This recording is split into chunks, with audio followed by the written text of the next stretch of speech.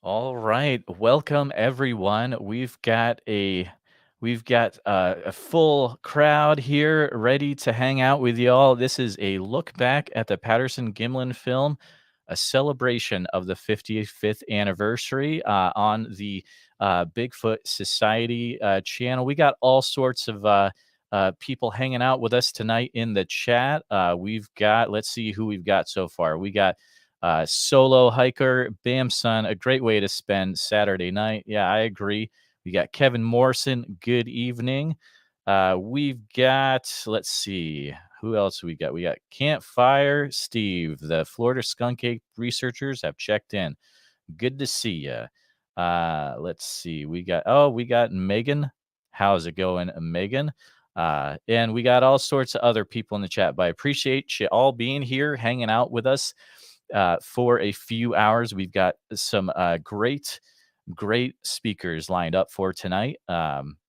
Let's go ahead, and I'm going to bring up my, well, I guess you could say, co-host, Mr. Tate Hieronymus, for tonight's live. How's it going, sir? Good. How are you? Is there any weird feedback or anything? I mean, you sound great. Okay, The just looks, making sure. though. The looks. No. But Wow. no, this. So just a little background about this. So Tate approached me with the idea, hey, for the 55th anniversary of the Patterson-Gimlin film, of course, we know that was a few days ago on 10/20. Why don't we do something special? And would you be cool with hosting it on your channel? I said, hey, tell me about it, and then that sounds great. So, what can they expect from tonight, Tate? What do we got going on? So we got a good list of speakers doing presentations. This is like a live stream that's never been done like this before. So it's like, hey, let's just do it like a Bigfoot conference, but live stream. I mean, we're all used to like live interviews on YouTube and stuff, but nothing like this. So I think this is the first inaugural live stream Bigfoot conference. So Oh yeah, it's crazy. Yeah. that's kind of the idea. Let's I'm gonna run through the schedule. Should we run through the schedule real quick? Yeah, let the people know. All right, so let's see. So we're gonna start out tonight with Mr. Tate Hieronymus and Jonathan Easley from Western Bigfoot Exploration. They'll be presenting first, and then we're gonna go straight over to Mr. Doug Hajicek. Correct? Yes, sir. That's right. Yes, it is. Sorry. All right, perfect. So he'll be showing up there. Then we also have Mr. Jesus Payan from Breaking Bigfoot. You may recognize him from that little show called Breaking Bad as well back in the day. So he'll be Yep. sharing eventually. And then we've got Mr. Aleksandar Petakov from Beyond the Trail, Small Town Monsters, Sasquatch Out of the Shadows, and a good friend, Mr. Damon Irons, very knowledgeable about the film site and things of that nature. So it's a packed night, guys. We're going to be, if you're here for the whole time, which I hope you are, it's going to be a full few hours, and you want to stay towards the end. Why do they want to stay to the end, Tate? So let me present my screen and I'll show why people should stay. All right, I love it. So we're going to be doing a giveaway at the end of the night, and here's what we're giving away. Bear with us, guys. It's a little slow here. This is what we're doing. This is what we're giving away. All right, let's see. So I'm waiting for your screen to come up, my friend.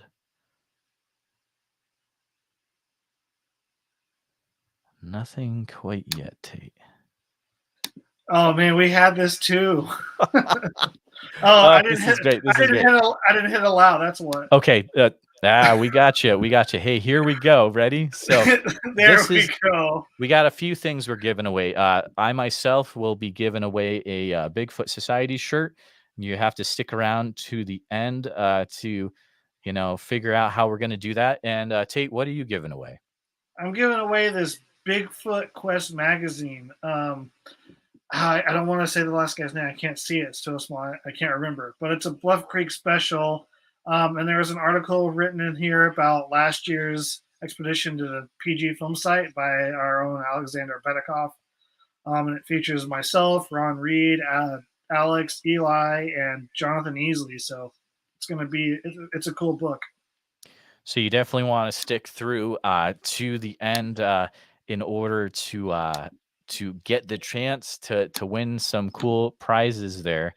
The buddy Brown Dwarf is in the chat. Brown Dwarf's a cool guy. He's quite the presence on TikTok too. So thanks for being here, man. But let's do a time check here. Well, what else we got going on, Tate, tonight? So just some presentations. We got up first, myself and Jonathan Easley. We're going to talk about the activity in Bluff Creek and some of our experiences there. Perfect. Central Florida Bigfoot says, "Hey, I can give away Tate's official hot dog prong." That sounds like it might belong in the NABC instead, Matt. Yeah. So maybe you should send that over there way. Yeah. Tate, what do you think? Should we kick things off, or what do you think? Let's do it. All right, so I'm going to go ahead and I'll bring on screen Mr. Easley if I've got a thumbs up from him. Perfect. All right, and I will. You won't be seeing this face for a while, so see you later, guys. How you doing? My name's Jonathan Easley. I run a channel called Western Bigfoot Exploration on YouTube. I also run an Instagram page. I've been doing this for about 10 years. And a long time ago, I actually was a skeptic of the Patterson-Gimlin film. I thought I knew all the facts. I thought I knew everything and all the people involved. And once I really did the research, I found out that I was very wrong about that. There's a lot more information at hand that you can obtain just being out there and talking to people in the area. And you start to realize that those old stories about those guys in the logging roads, those are all real. These are all regular people. Those were people that they didn't go out looking for Bigfoot. Bigfoot popped up in their own backyard. You had trackers and experienced outdoorsmen out there trying to look for this thing. So there was a time when I finally kind of came together and realized that, hey, this film is real. And guess what? You can go to the Patterson-Gimlin film site. So I called up a friend.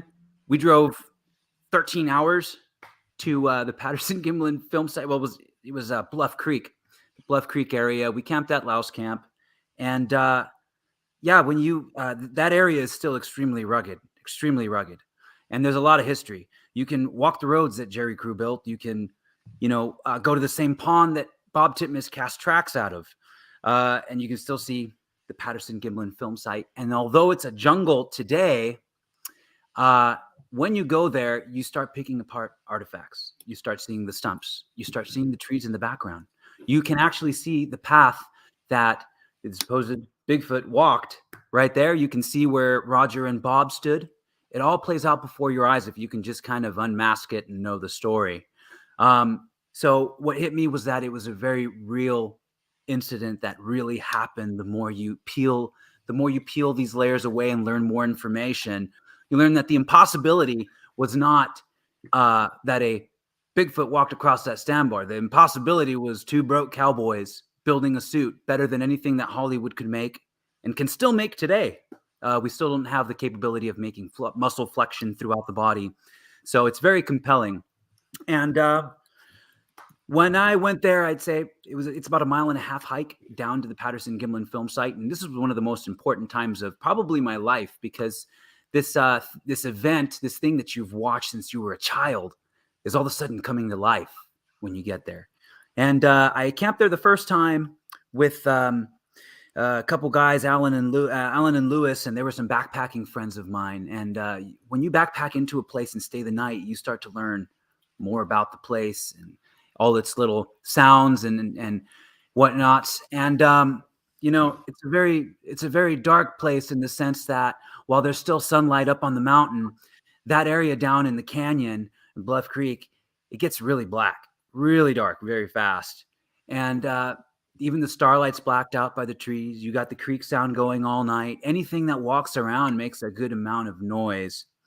And it's just kind of surreal being there and seeing how it all really played out. And it was a great, great experience. And if you guys are ever interested in going, I suggest calling out the Bluff Creek project and really learning where the area is, because you can get pretty lost back there if you don't know where you're going. Now, along that place, there are lots and lots of historical places within about, I'd say, an hour's drive where you can get to. And once again, you have this connection between history from the 1950s, 60s, even 1,000 years ago when you count all the stuff of the Hoopa tribe and the Yurok tribe had down there.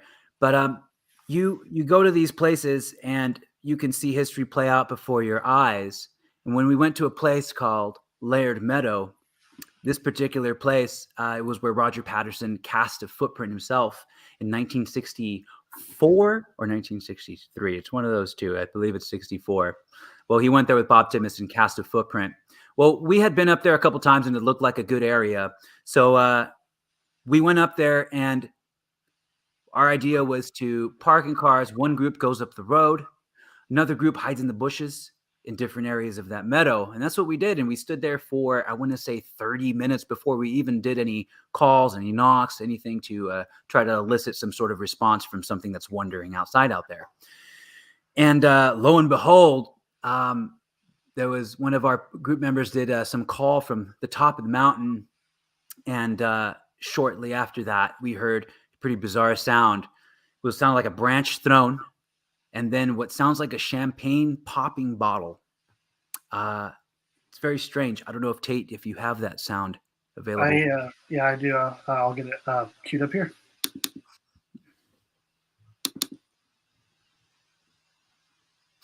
Just 1 second. So what you're going to hear is a branch being thrown, crashing, and then you're going to hear this champagne sounding thing that nobody can identify.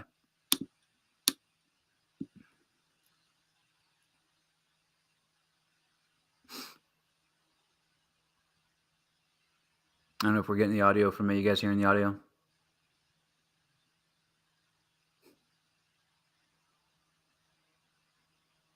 Were you able to hear that? I was not. Anybody else? Anybody else hear that part? No.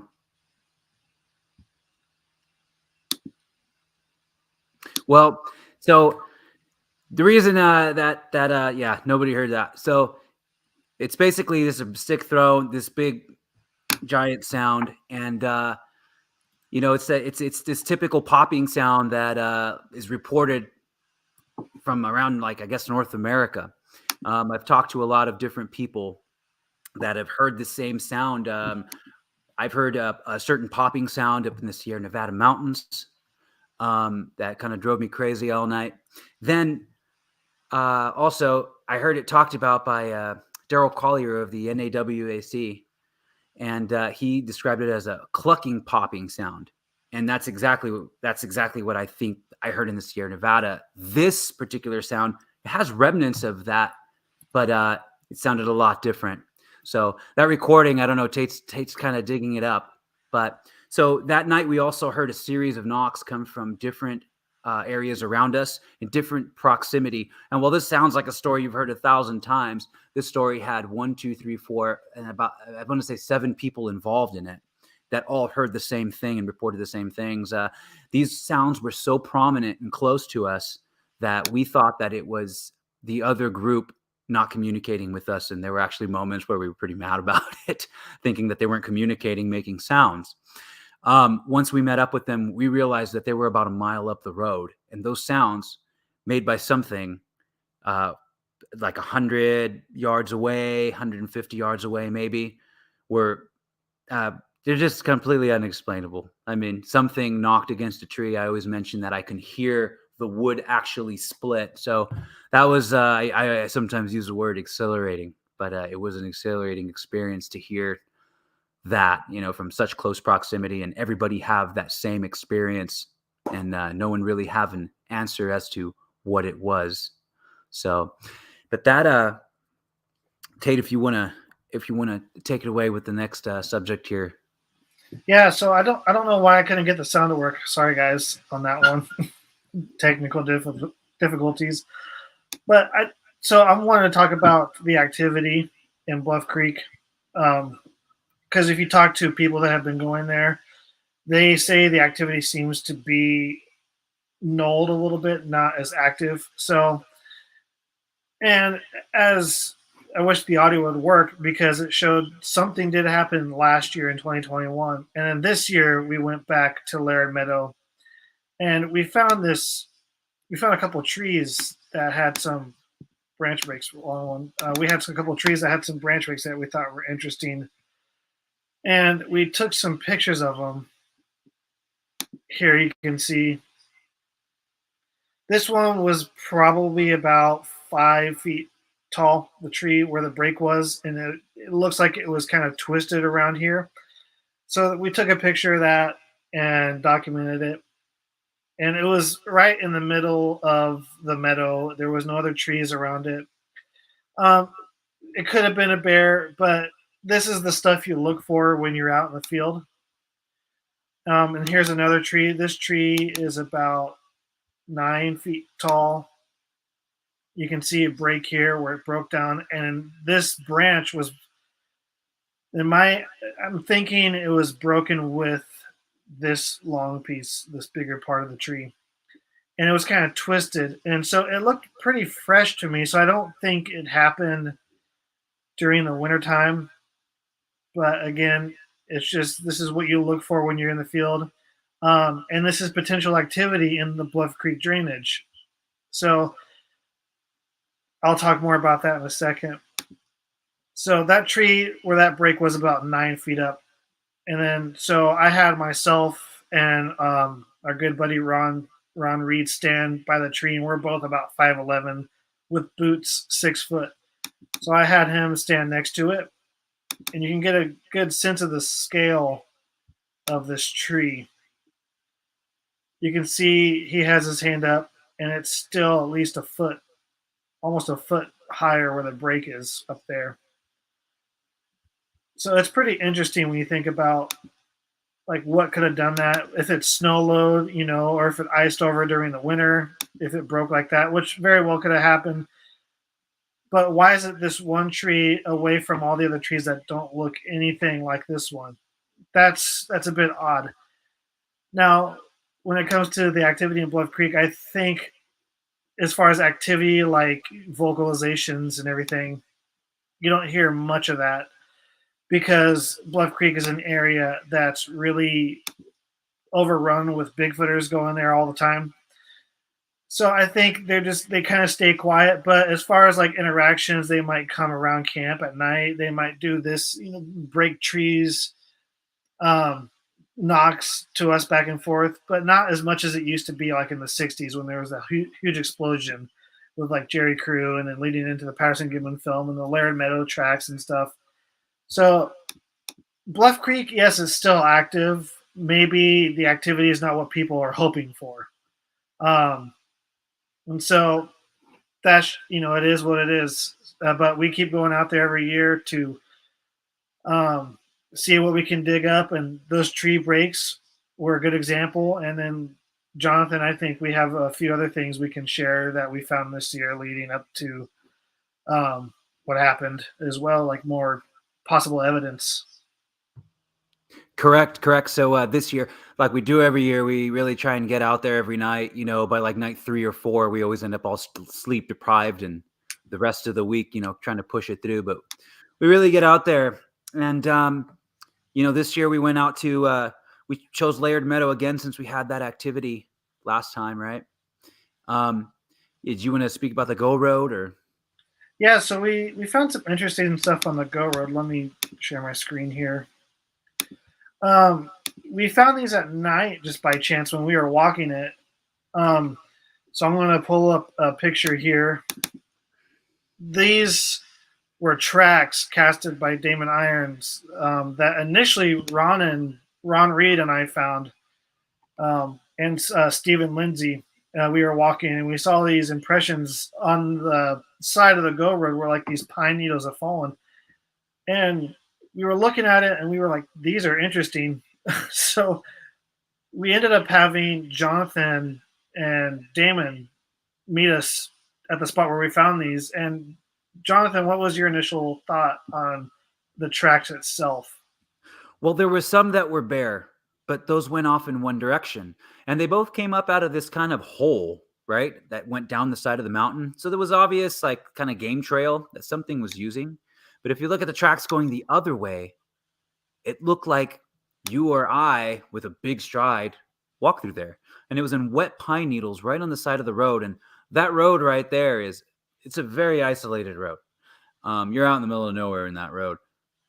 That trackway it's probably one of the better trackways that I've seen. I mean, I've seen two that I think were absolutely real, and these were one of them. I mean, you can see bits and pieces of like toe impressions here, more of a heel in this one, but they were all consistent. They were all the same size. They all had the same stride length, and it looked bipedal, as opposed to the other one that looked like a bear. So it was a great find. You also had something making some questionable noises as you guys were walking up to this site, right? Up to this area, correct? Yeah, we heard some weird whooping. Like we were doing whoops in this one area, and whatever this was kept whooping back to us over and over again. And also on the Go Road, we found this, I guess you call it tree break, and it was a lot bigger than the one we just showed in Laird Meadow. And so with the possible tree break, whatever that was, whooping back at us in these tracks, I mean, one could surmise there was a squatch there that night and it walked on the Go Road. And that's the thing when you go out there researching this area, you never know what you might find. And when in doubt, cast it out. True. And this is a LiDAR version of this particular track. And all tracks tend to photograph horribly, right? But this LiDAR does a pretty good job. If there's any like detail in the toes and all that, it does that. So it's a good tool, I think. And this is I think a lot more people in the Bigfoot community should really get into this LiDAR thing. It looks great. It's very useful. I 100% agree. No. All right. Yeah. Thank you, Jonathan, for joining me in that presentation. We'll bring back on Jeremiah to introduce our next speaker. No problem. Awesome presentation. That was super cool, Tate and Jonathan. Thank you so much for being here. Very, very cool photos, Sharon. I love what was that thing that we saw spinning around there at the end? Was that a track, or what was the story behind that? So that was the track. You saw the pictures. You saw the road with the white in the middle of that brown pine needle. That was the plaster being poured into the track and curing. Then you saw the one that was like over the Jeep hood. That was the actual track after it was casted. And the thing that was spinning, that was a LiDAR that's awesome, polycam. So that's a good tool to use in the field. And I recommend people downloading it if they can for Android and iPhone. Fantastic presentation by Tate and Jonathan. Make sure that down in the description for this video, I put in the links for all these guys. They have YouTube channels of their own. Make sure you're definitely subscribed to Tate's channel, as he's got a documentary that's coming out in segments, A Search for Sabe. And definitely it's free to subscribe. So check that out. Jonathan's got his channel, Western Bigfoot Exploration, as well, with some great Bigfoot themed films on there. Fantastic quality. So make sure that you're subscribed to both of these guys. But Tate, man, what do we got coming up next? Let me check the schedule here.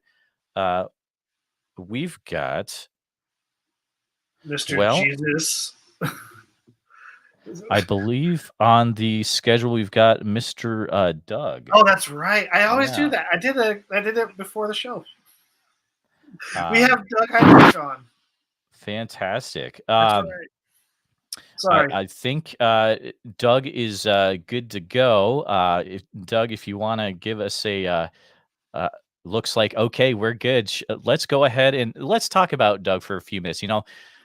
Doug is, I want to say, amazing. That's the easy way to say. We know Doug from his work with Monster Quest, and I want to say, the generation that's really getting into it now was really influenced by, Monster Quest and Doug's work on that, and how that taught us all about, the different cryptids. It's such a cool, and I've talked to Doug before on Bigfoot Society. The guy is an inventor of so many different things. Tate, anything else that you could say about Doug so that the listeners know what they're up for?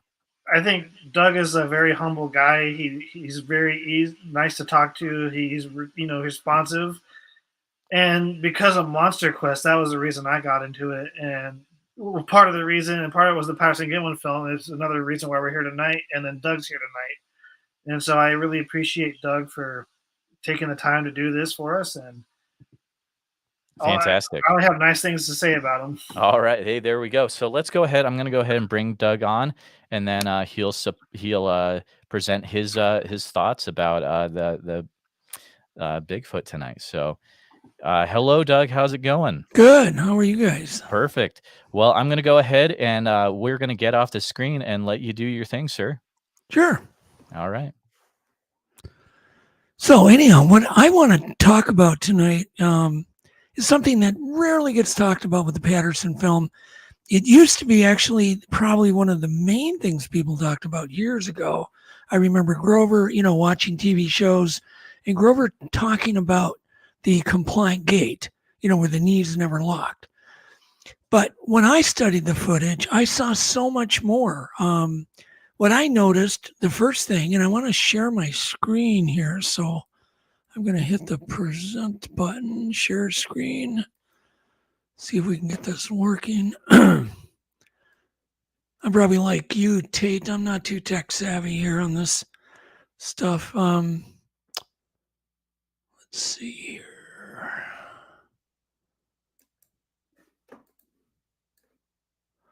Has anybody seen my screen?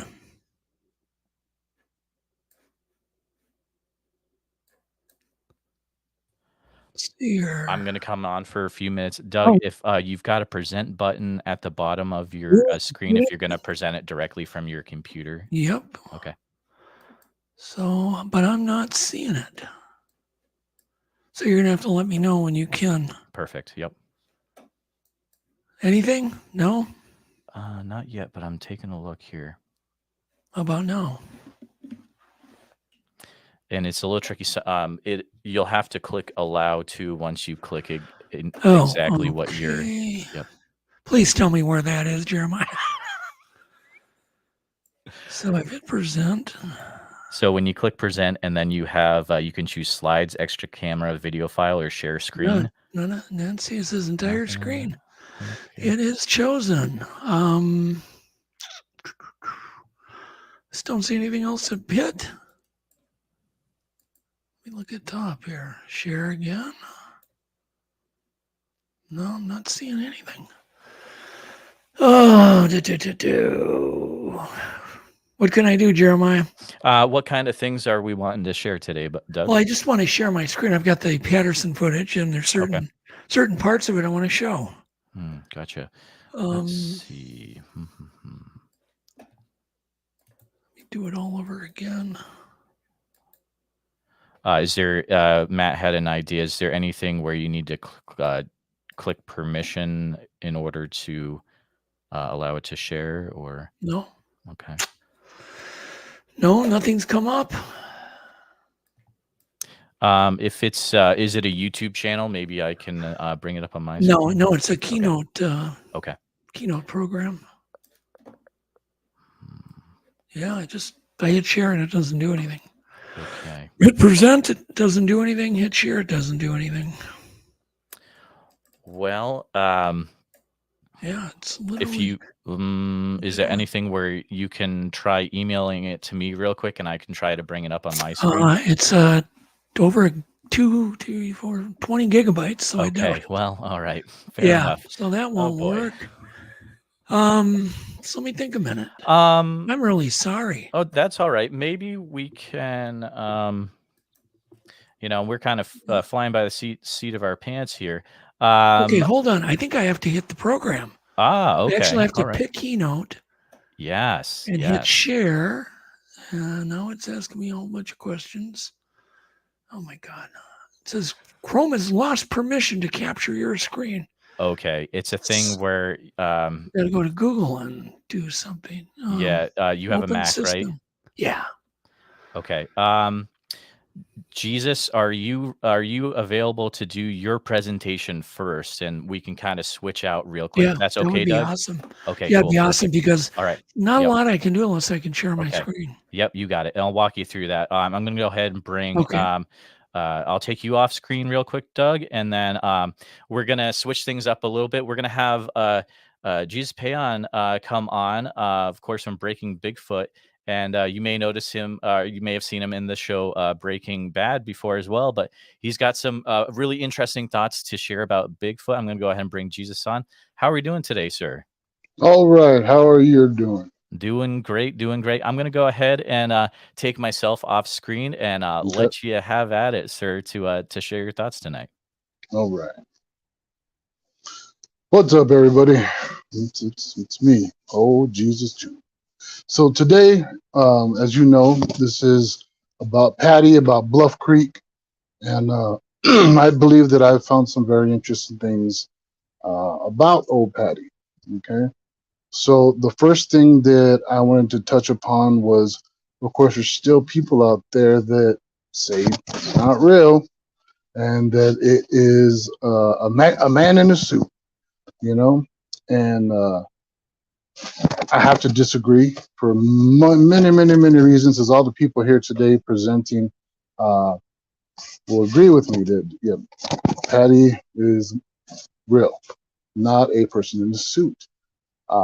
I'm really good friends with a man named Michael McCormick. Okay, because as you know, I'm in film, so I got to meet this gentleman a long while back, and he knows special effects and puppeteering, and he worked with Jim Henson on The Dark Crystal and Labyrinth.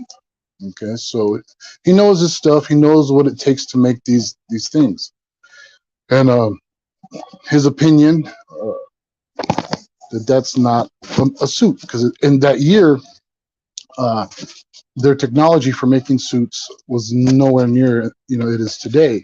It's like today you would have a mesh full body suit that's stretchy, that moves with muscles that they could put pads under and all that stuff, but still they're not going to use articulating muscles in suits. When you get to that point, it's cheaper to just do CGI, right? And they didn't have CGI back then, so that's out the door too. Okay, so what I'm going to show you here is that in 1967, Mr. Olympia was Arnold Schwarzenegger. Okay, and it was his first time ever winning, and this was the level you would need to be at in musculature to show the specific muscle I'm about to show you in the back.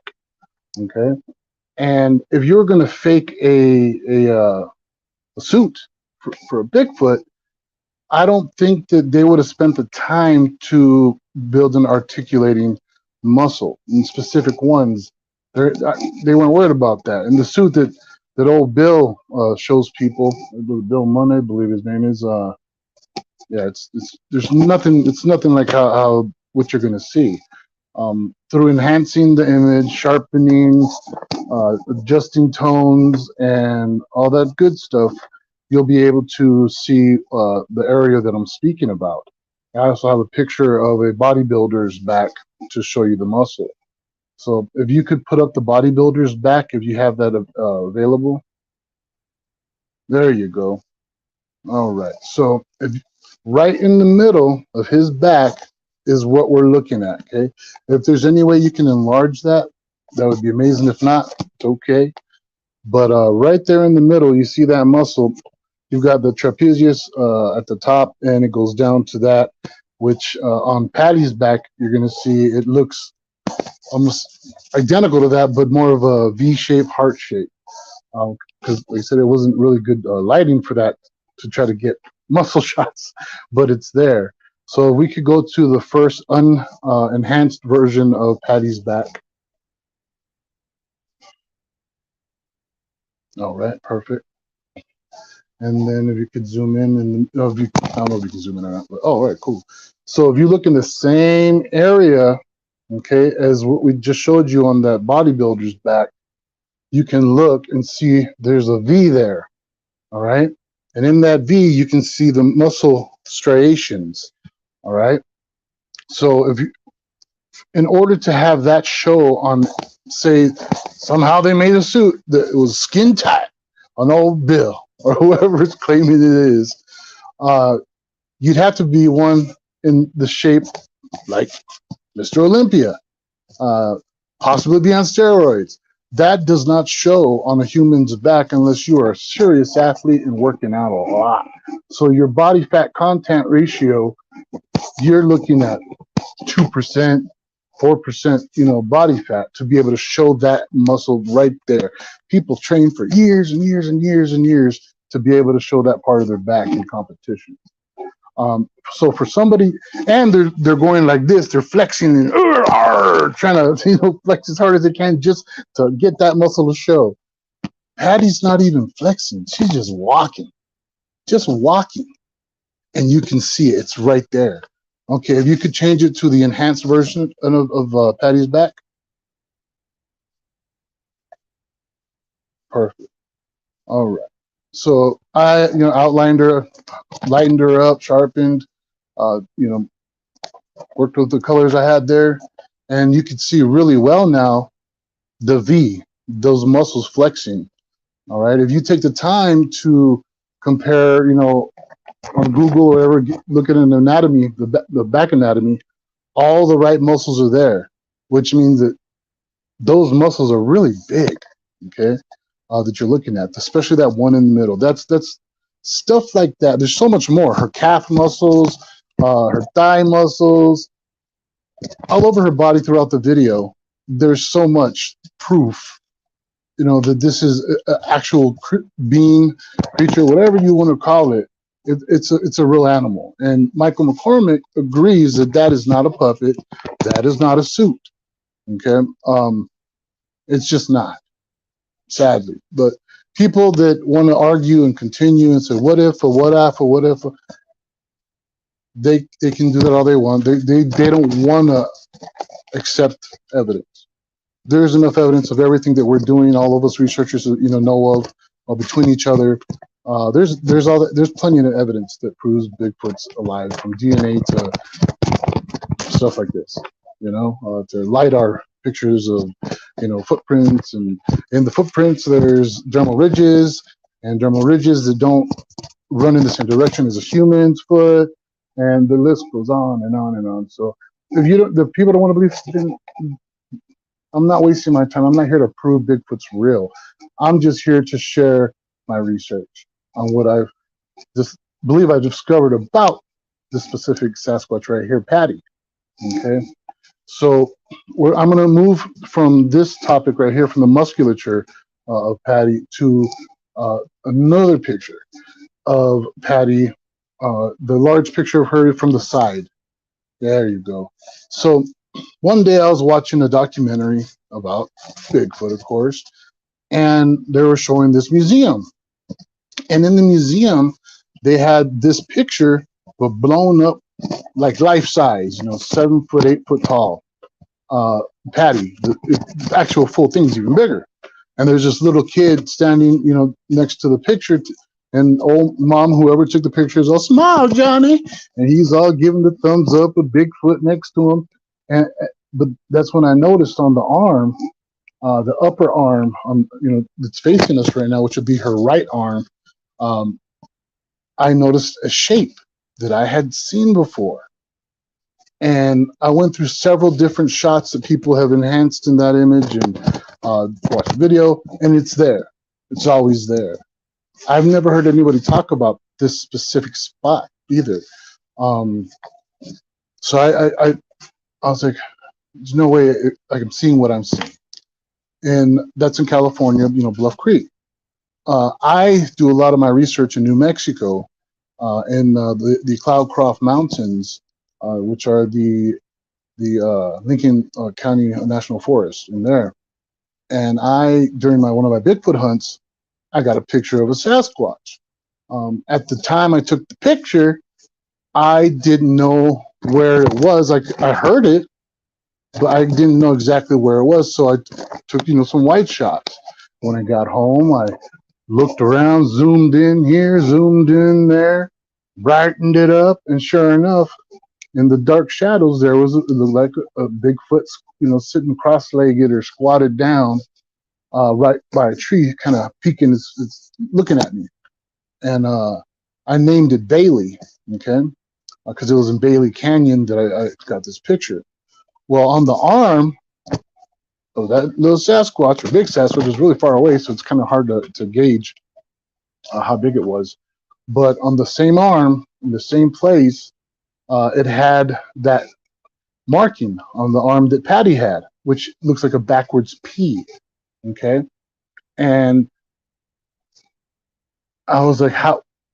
What are the chances of it? Like the literal odds of getting pictures of Bigfoot's one alone is just ridiculous. But to get a picture of two separate Bigfoots in two different states, completely separated by almost 50 years." To have the same marking or scar on the same arm in the same place on the arm, billion to one or worse, or like even more ridiculous than that. But that's there. That's what it is. So I compared them, and I am a former. Well, I still do tattoos, but I used to own my own tattoo shop and do body modifications, and worked on a lot of people. So what that looks like, that scar on their arms, it looks like either a branding or a keloid scar. Okay, so a keloid scar, if you don't know what that is when the scar forms after you got cut, but like a bubble. It's a really, really raised scar. This kind of the same thing happens if you get branded and you have a keloid scar. Sometimes people that don't have keloid scars, they get branded, it still raises a little bit. But these ones are really pronounced. And the reason why I think they're white and gray looking is because, like, if you ever seen a chimp without skin, that's the kind of the same color they are. If it's ashy, it looks even whiter. Patty's looks really old. I made on my channel, Breaking Bigfoot, the last two videos I made are on both these topics I'm talking about right now. So if you want to see a more detailed version of all this with more pictures and video and whatnot, just go to my channel. You'll see those up there. But my issue is that if it's a branding, say it's a branding, okay, we'll start there. If it's a branding, is this a tribal branding? Are they branding each other? If they're branding each other, how do they have the technology to smelt or to get the, to figure out metal, bend it in the shape they want, put it in a hot fire? You know what I mean? It's just, how long have they been doing that? Because if it's a tribal thing, then we're talking about not just apes or, just Gigantopithecus. You know what I mean? It's not just a big old, local giant of the forest. It has actual intellectual thoughts. Second problem, if it's not them branding each other, who's branding them? All right? Who's branding all these different Bigfoots? Why would these two different Sasquatches from so far away from each other have this exact same thing? Now, if it's, again, it might be the Sasquatch doing it to themselves.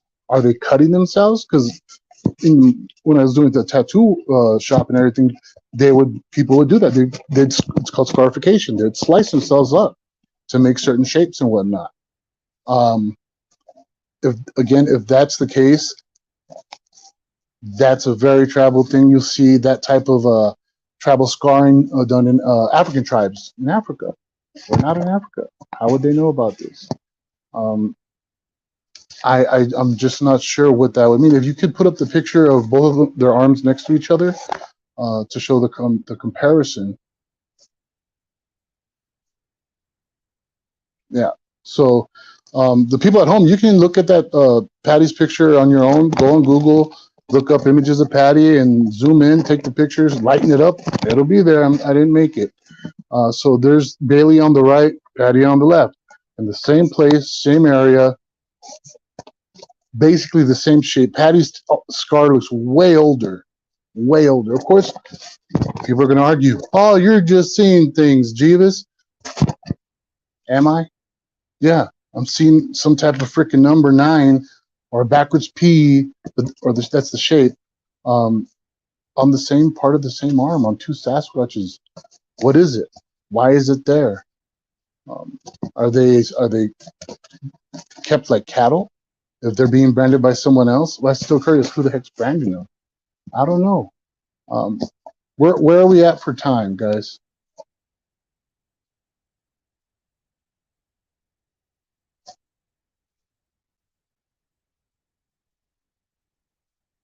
How are we doing on time? Jesus, I am taking a look right now. All right. You have, let's see. Doug, Do figure out you have a what's few going minutes on? left? We're still trying to do some tech support on the backside, and yeah, if you have a few more minutes, that's cool. But you still got plenty of time if you need it. Okay. Let's see. You can play YouTube videos, right? Or no? I believe Tate is doing the screen work for you. I believe he can try to do If that. not a big deal. I was just going to show at the beginning of my video. It shows Patty walking, in 4K, where it shows the jolt in the leg. Gotcha. So that'd be cool to share with everybody. All right, hold on. We're gonna add in Tate here. Okay. Let's see. Hey, Tate. I have a pretty good copy of PG film. I can upload it to my computer. So, and if it works, this work for Doug as well. Fantastic. So, You can see the leg jolt thing, or you should be able to. We're gonna find out. okay. So I'm gonna share my screen. All right, very good. I'm going to go ahead and go off screen for a bit. Jesus. All right. Thank you.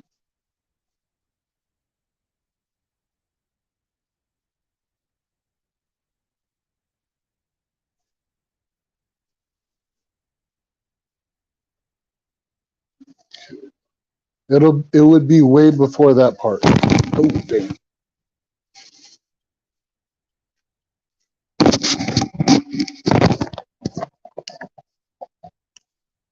Yeah, on my YouTube channel, Breaking Bigfoot, the first video in the beginning, it has the zoomed in video. I downloaded was the 4K version of her walking. So while you see her walking, taking steps, at one point you see her full leg in between 2 logs when she's walking off, and you get to see the leg jiggle, from being so big and muscular. You actually see the jolt in the calf and the thigh near the knee, and booga. It's not a suit you're just hanging over, cheesy suit that you're wearing.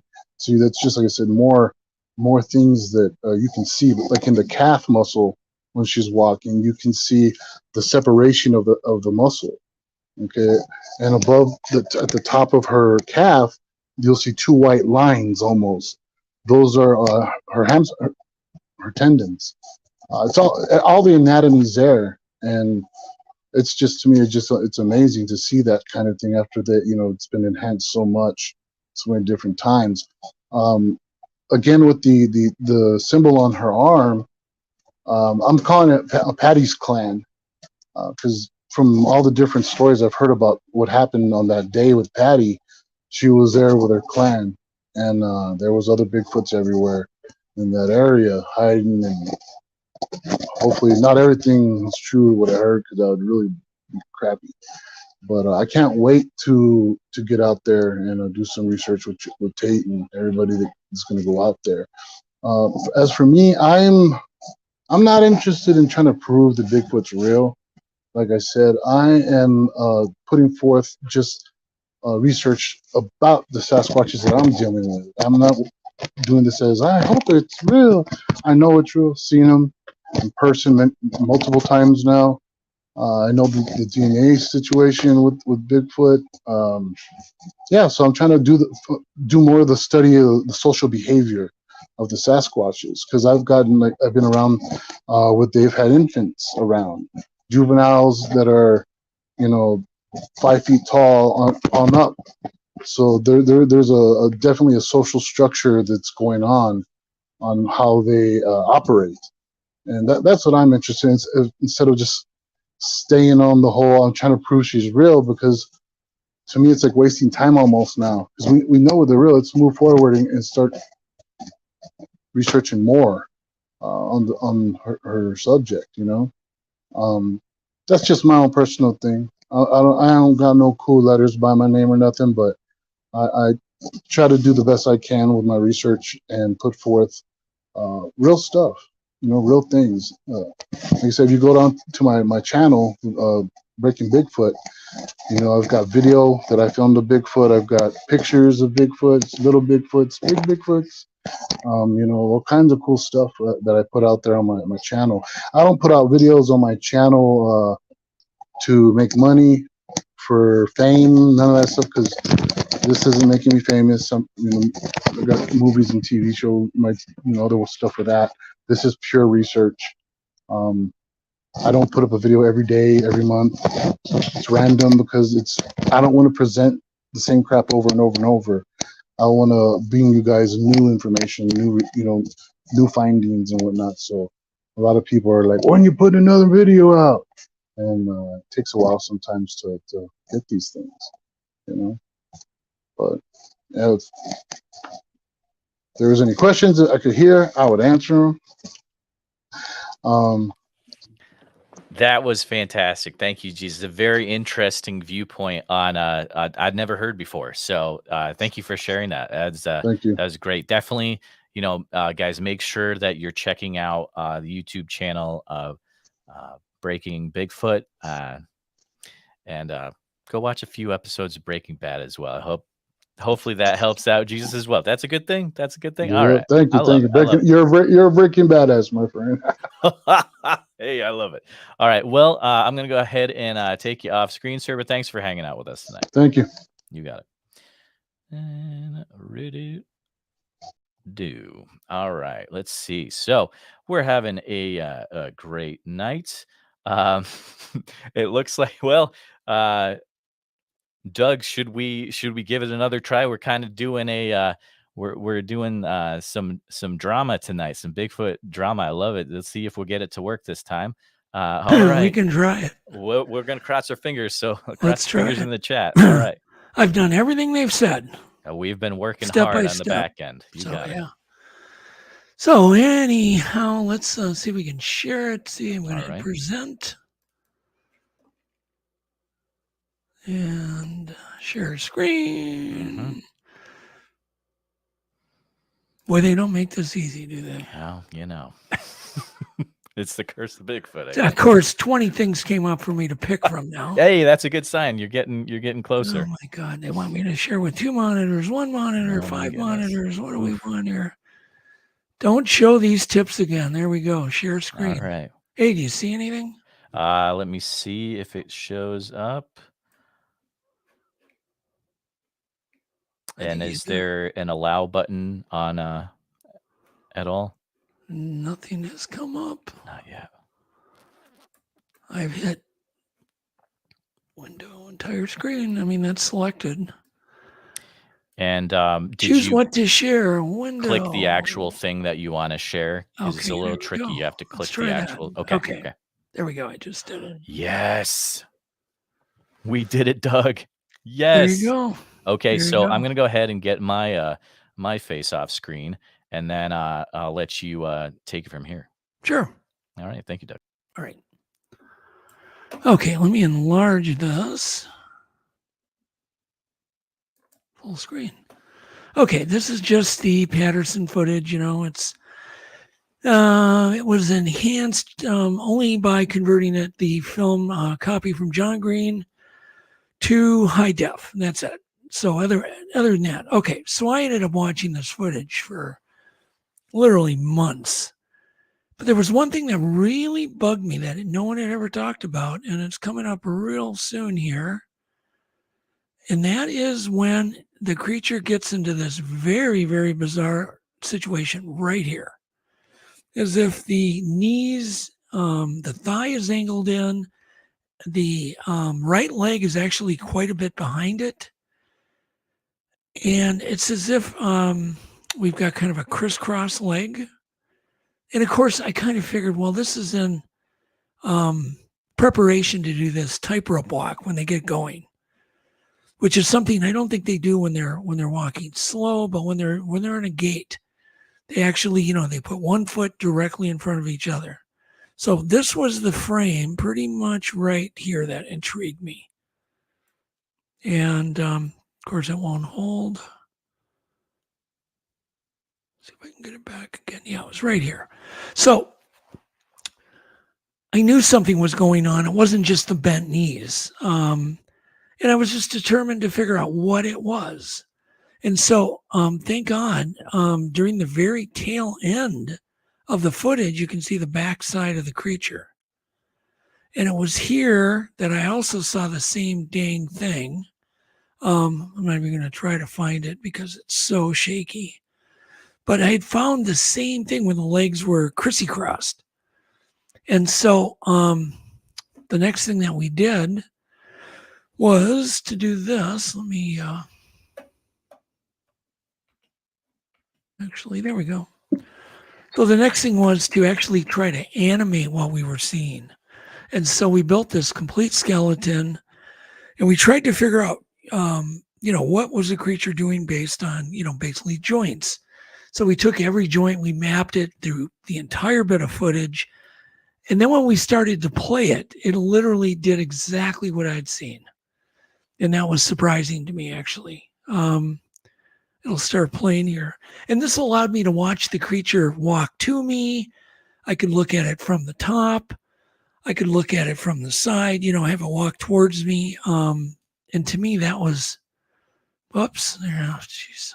Okay, let me get back to this. This Keynote thing is not really made for sharing screens. There we go. So try this again here. Okay, I'm just going to scroll. Okay, so let me get it in a position where we can see what we're talking about. I'm going to do it right in front. So if you'll notice, the knees swing in towards each other every other step. This is not something a guy in a suit's going to be doing. First off, just walking in a tightrope fashion is extremely difficult to do, let alone in a suit. But now you add the compliant knees that never lock, and then you add the knees that are going in and out and in and out, and the thighs are angling. So you really have eight different things going on all at once. So let me hit play again here. These are very kind of nuanced things that don't really come across quick in some, quick presentation like this. You almost need to study it yourself. You need to just, watch it over and over. And then all of a sudden when you see it, you can't literally unsee it.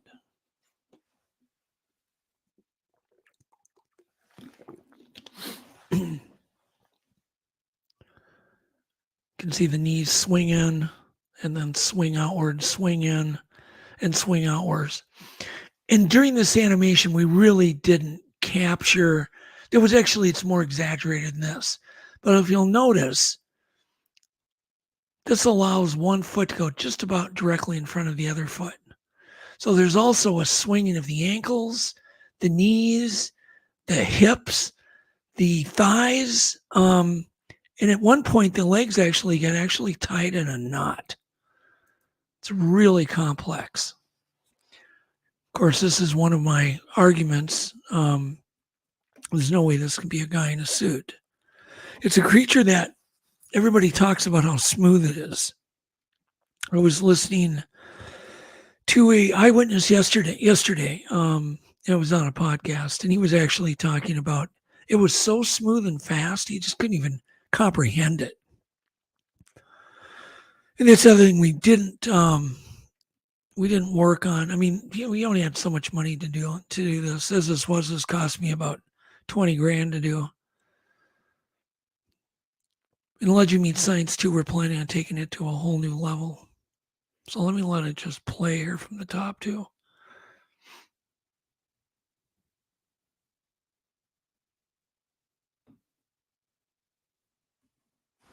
Okay. Let me escape out of that. So there was one animal that I noticed I was out filming, and it reminded me exactly of the Patterson creature, and it was a Peruvian horse. And a Peruvian horse is a natural gait. They're not trained for this one gait, and the gait's actually called the Pasolano gait. And I think Tate, if you had that clip,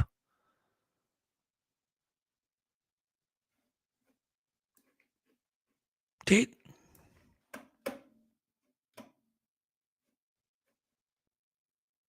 Not hearing. Oh, here we go. So if you just look at the front legs, this is exactly what Patty's doing. The same thing these horses are doing. And the reason it's so interesting, these horses are raised in the mountains. They live in the mountains. Just the same thing as Patty. They're have developed this gait to, one, for efficiency. Two, there's no head bob. What does that remind you of? The Patty creature, the smooth gait. This is literally exactly what Patty's doing. And it happens so quick from the side, it just looks totally normal. Yeah, play it again. It's quite interesting. This is something that scientists just don't really want to touch.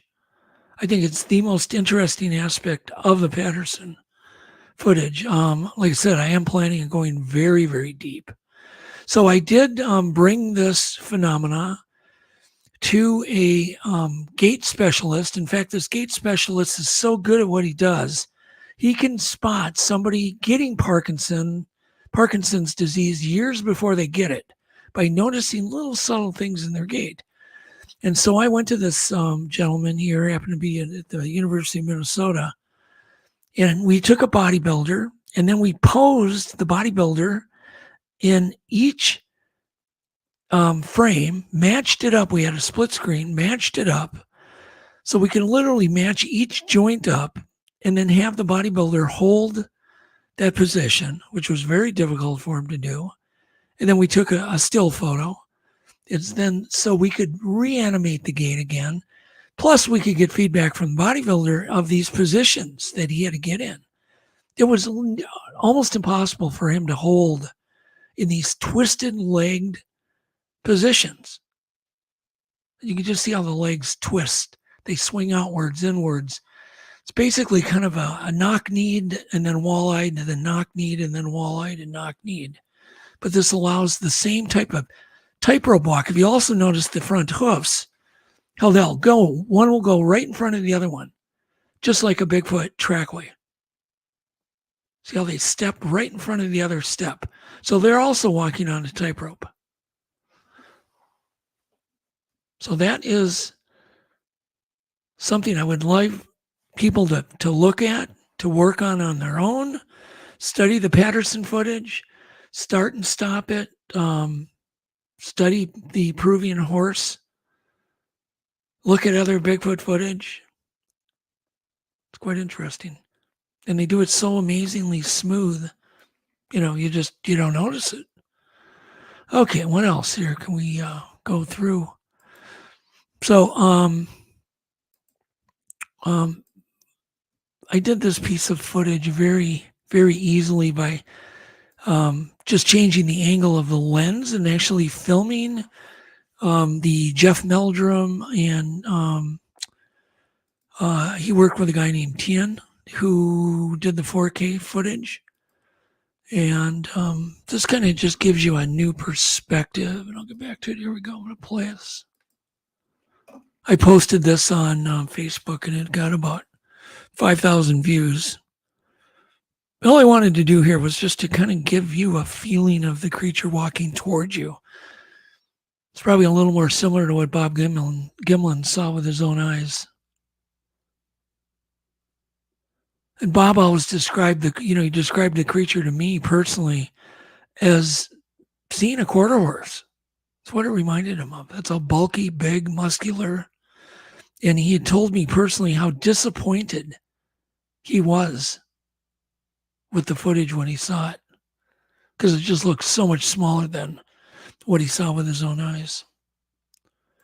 So the other thing that I noticed, which I was shocked really nobody had ever seen, and that was something that I knew was either a muscle or an injury, and that's this bulge. That bulges only when the leg becomes in mid-flexion. And so immediately I thought, well, what if it's an injury? So I took it to a number of surgeons, and the first surgeon I took it to said, "Oh, I fix those all the time." I said, "Really?" He goes, "Only on females." And I got kind of a chill, because as everybody knows, Patty's supposed a female. He said during pregnancy, a female will get a hernia in their crotch. And then after pregnancy, during postpartum, the hernia settles down over the femoral muscle. He said it's a real common thing, but only in females. So I thought, well, is that coincidence, or is that just too much for a coincidence? And once again, it's like the more you study the Patterson footage, the more subtleties that you really look for, the more red flags disappear. They don't crop up. They actually go the other way. We can say, well, that's just a coincidence that this surgeon and other surgeon said, well, that's a female injury. I kind of don't really believe in too many coincidences. The other thing, it could be a highly developed, just a femoral muscle. If any of you decide to walk bent-kneed, do it for a half an hour, you will feel an ache right there, right where that hump is. You'll actually feel that muscle get harder by just walking, never locking your knees. Do it for 10 minutes. I bet you some of you probably can't do it for even 5 minutes without having a great ache right in that area. But since we cannot see the other side of the creature, we don't know if that a highly developed muscle or this femoral hernia. So we'll never know because we cannot see the other side.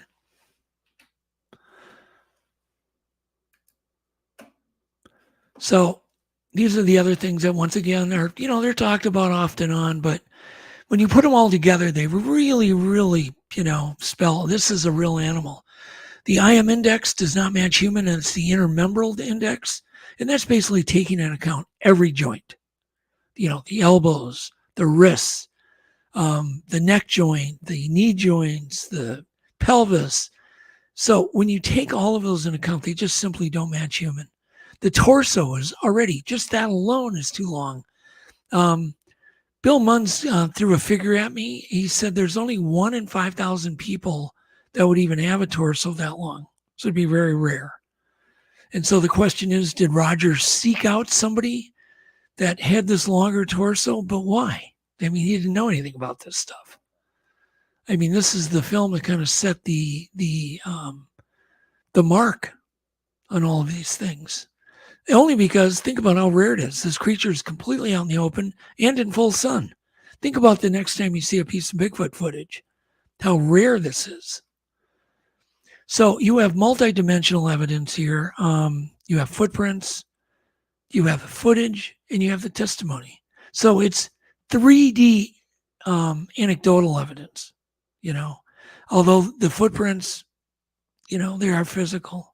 Scientists still call them anecdotal.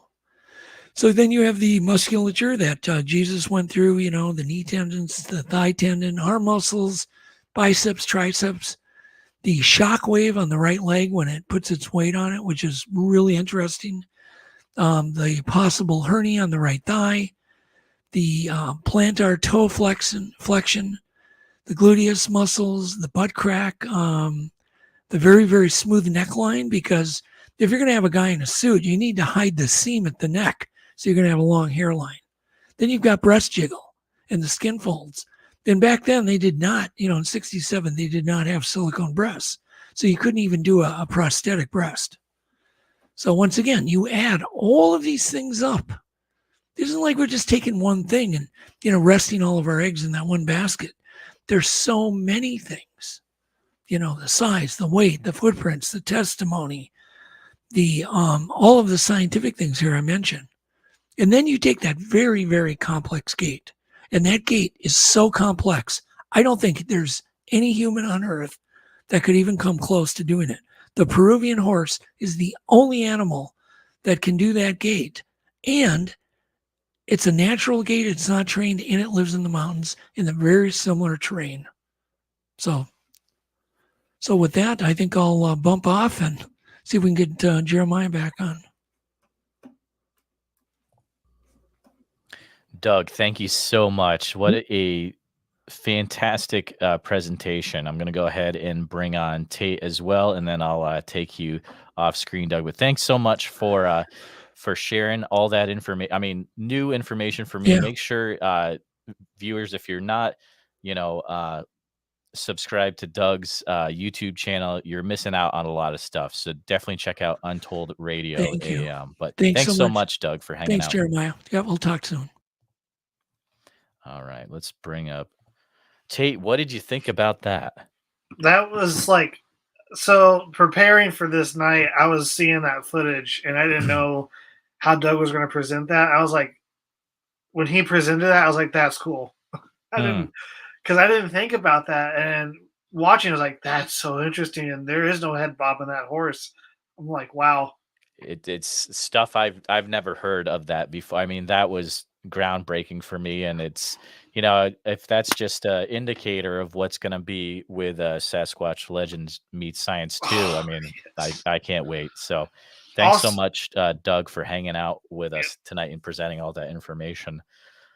Also, let's remind people to Oh, yeah.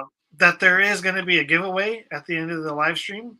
So how do people do that, Jeremiah? Is there... Yeah. So what we're gonna do is we're gonna wait until the end of the presentation, and then I will give special instructions about how to. We're gonna do that giveaway right here, and there's a certain way to enter it. So I will tell you right at the end what you need to do, and then we'll do the giveaway live. So that'll be after the last presentation, and then we're gonna be giving away. I'll be giving away a Bigfoot Society shirt, and Tate will be giving away a book. It was last year, I think came out about the Bluff Creek film and everything like that. It's the a really Bigfoot good Quest magazine, right? I have two other copies besides that one too. Okay. It's so good. Very nice. Yeah, it's a solid. There's a lot of solid articles in there as well. But do you think we should bring up our next presenter, Tate? Yes, before that, Yeah. if you guys like what you've been hearing, follow all the speakers on their YouTube channels or their respective social medias. And I believe Jeremiah will have that linked in the show notes. Is that right? You're absolutely right. We're already ready to go with all the link channels there. Make sure you follow Tate's channel for more episodes coming out of A Search for Sabe, which is his documentary series that was filmed over this last summer. A great episode on Bluff Creek was just released. You can subscribe to Western Bigfoot Explorations, see Jonathan Easley's amazing videos that have come out. You got the Breaking Bigfoot channel from Jesus. You've got, of course, Untold Radio FM from Doug Hajicek. And you got, of course, our friend Aleksandar Petakov coming up soon with You Can Subscribe to Small Town Monsters, Sasquatch Out of the Shadows. and I don't believe Damon doesn't I have. don't know. We'll find out. Yeah, we'll let him answer. But we'll let him answer that. But still a super cool dude, of course. But Oh yeah, yeah, let's bring up our next presenter. What do you think? I agree.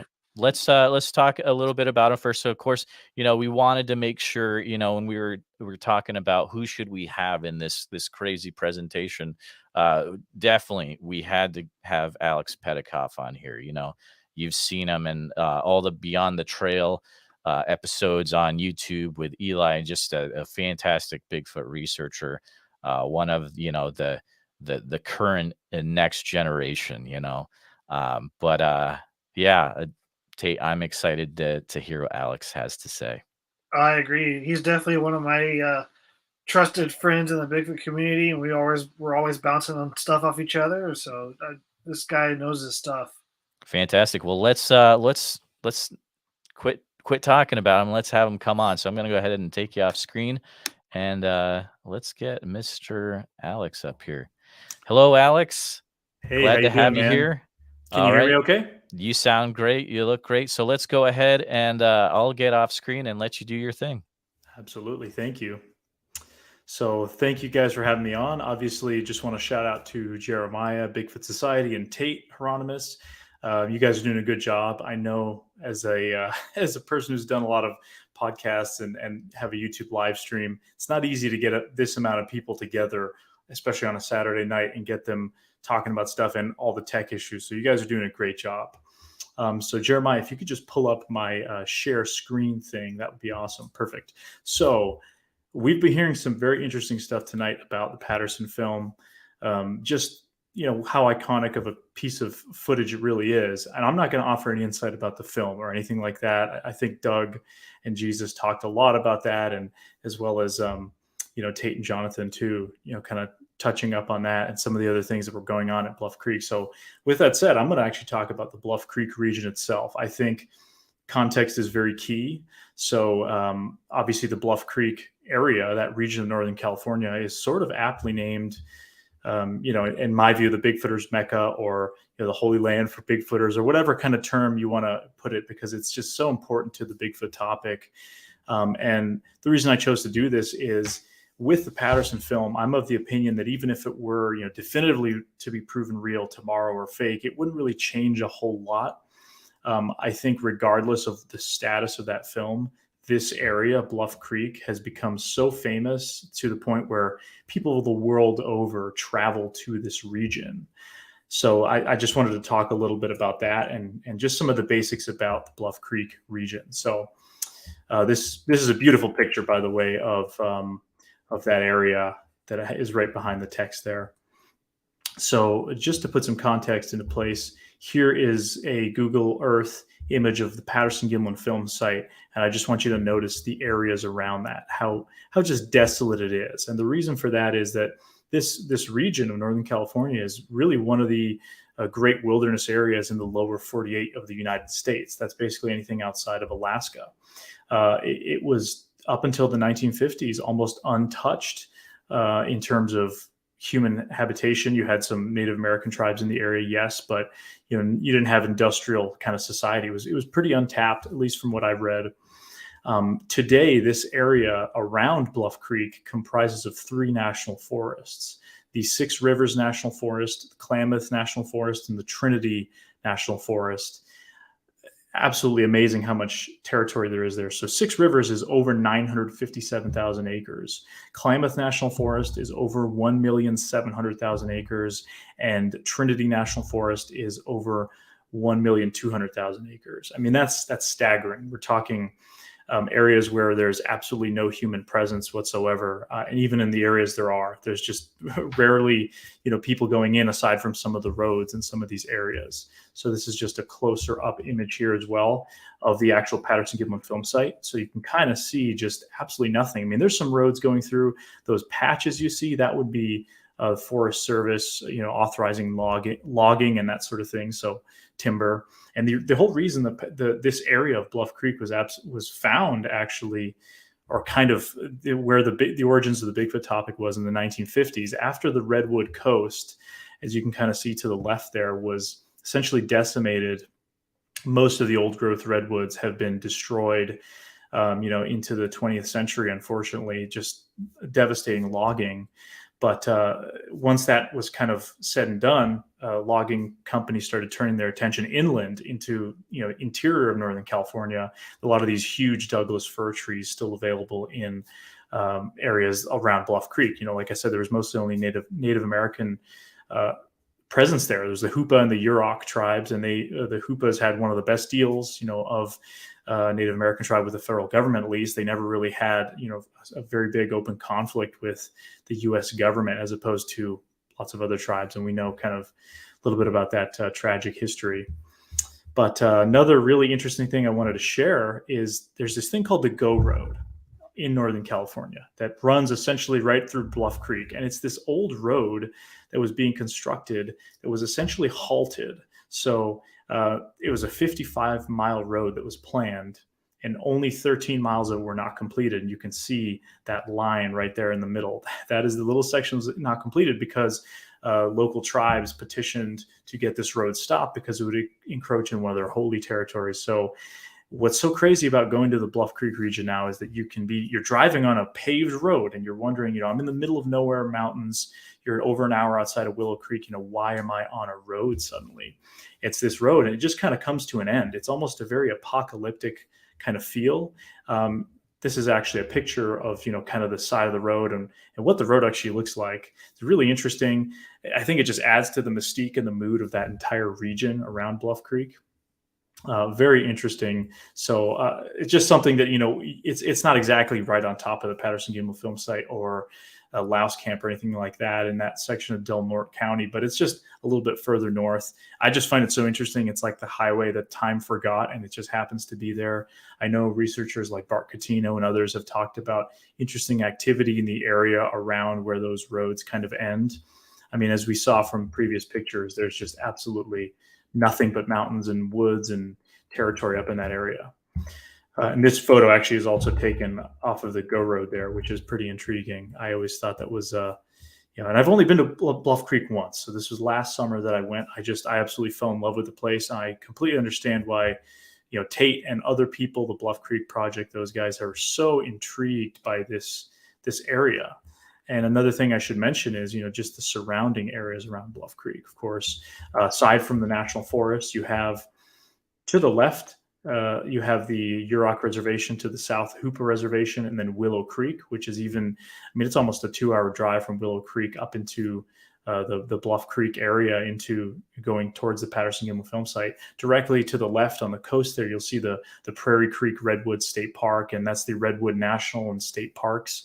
So it's a very kind of intriguing area. There's from the tallest trees in the world to just these rugged remote mountains, the weather changes that go on between those areas. It's a very, very unique part of the world, absolutely. And I can see why so many people like going back there time and time again over the years. But moving on. So, when we were there last summer, we filmed a documentary called Bigfoot at Bluff Creek. And it is essentially just our journey into this mountainous region. I was with Tate and Eli and others, Jonathan Easley as well, who presented earlier. So it was just a fun time being able to go into these mountains. This shot actually was a drone shot taken almost directly above the actual Patterson-Gimlin film site while we were there.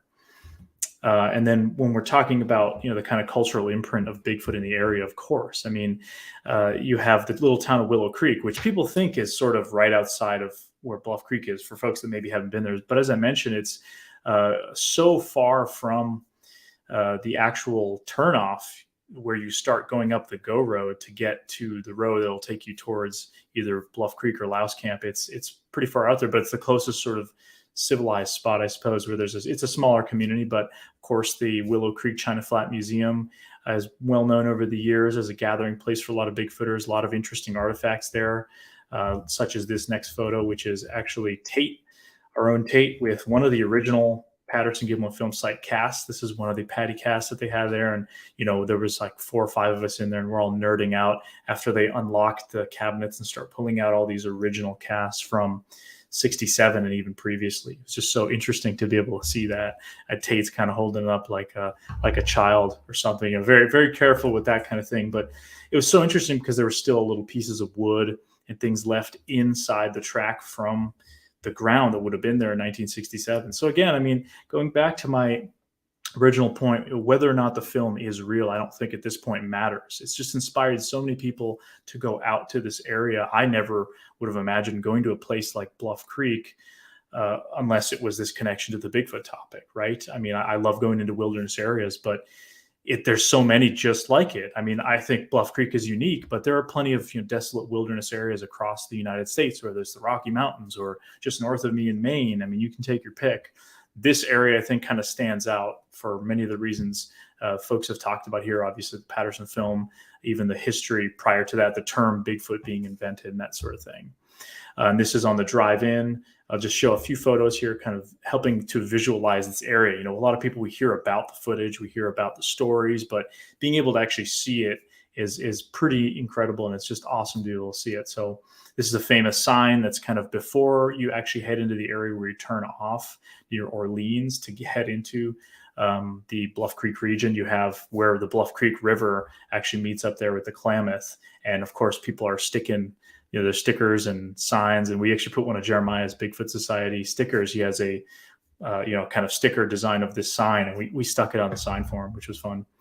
And then this is the highway coming down, going towards Louse Camp, historic Louse Camp, which is essentially was, I guess, founded in the 50s when the initial Bigfoot investigations took place, as folks head into that area after the initial track finds and the whole kind of Bigfoot craze began at the time with the tracks and the discovery of it. So, and somebody has stuck a Bigfoot sticker aptly on the Louse Camp sign. Louse Camp's a beautiful spot. So this is actually a picture of the crew here. We're heading down to the film site. Myself, Jonathan Easley, Eli, Tate, and our buddy Ron Reed, as well as our noble companion Bandit, the badass dog. Absolutely great crew. And this is the hike down. So the hike down is it's somewhat treacherous. I wouldn't say it's extremely dangerous, but it's definitely something you got to be aware of. So there's multiple points where you got to cross Bluff Creek and cross the creek, and you're worrying about debris and all this kind of stuff. And it's changed quite a bit. Of course, I should shout out. I should have said this earlier, but the Bluff Creek Project, which Tate is a member of, they have of course done such an amazing job rediscovering the film site for future generations after it was lost, I believe in the 80s or 90s. I'm sure Tate could correct me on that. Nobody really knew where the film site was. There was kind of a debate. Well, the Bluff Creek Project guys were able to triangulate, kind of figure out exactly where the film site was. And when we were there, Rowdy Kelly was able to show us, well, this stump was in the footage. This tree, you can see, pool cue tree. They have all these code names for these objects that are now rotting, but still available to see, even though there's entire trees that have grown in the 55-year period since the footage was filmed. Entire trees have grown up right where Patty would have walked, and right in the middle of the kind of that sandbar that was pretty bare in the footage. But they're able to still find some of these rotting objects and things that are still present to this day, which is nothing short of amazing. And this is the actual film site itself. So just kind of right along this tree line is where Patty would have walked. And we actually managed to camp right in that spot, which is pretty cool. And the Bluff Creek Project has trail cameras set up nowadays around there. So they have a lot of mountain lions and tons of bears and that sort of thing that actually walk through basically the film site. No Bigfoot, but definitely intriguing to see. So absolutely amazing to be in a place like that.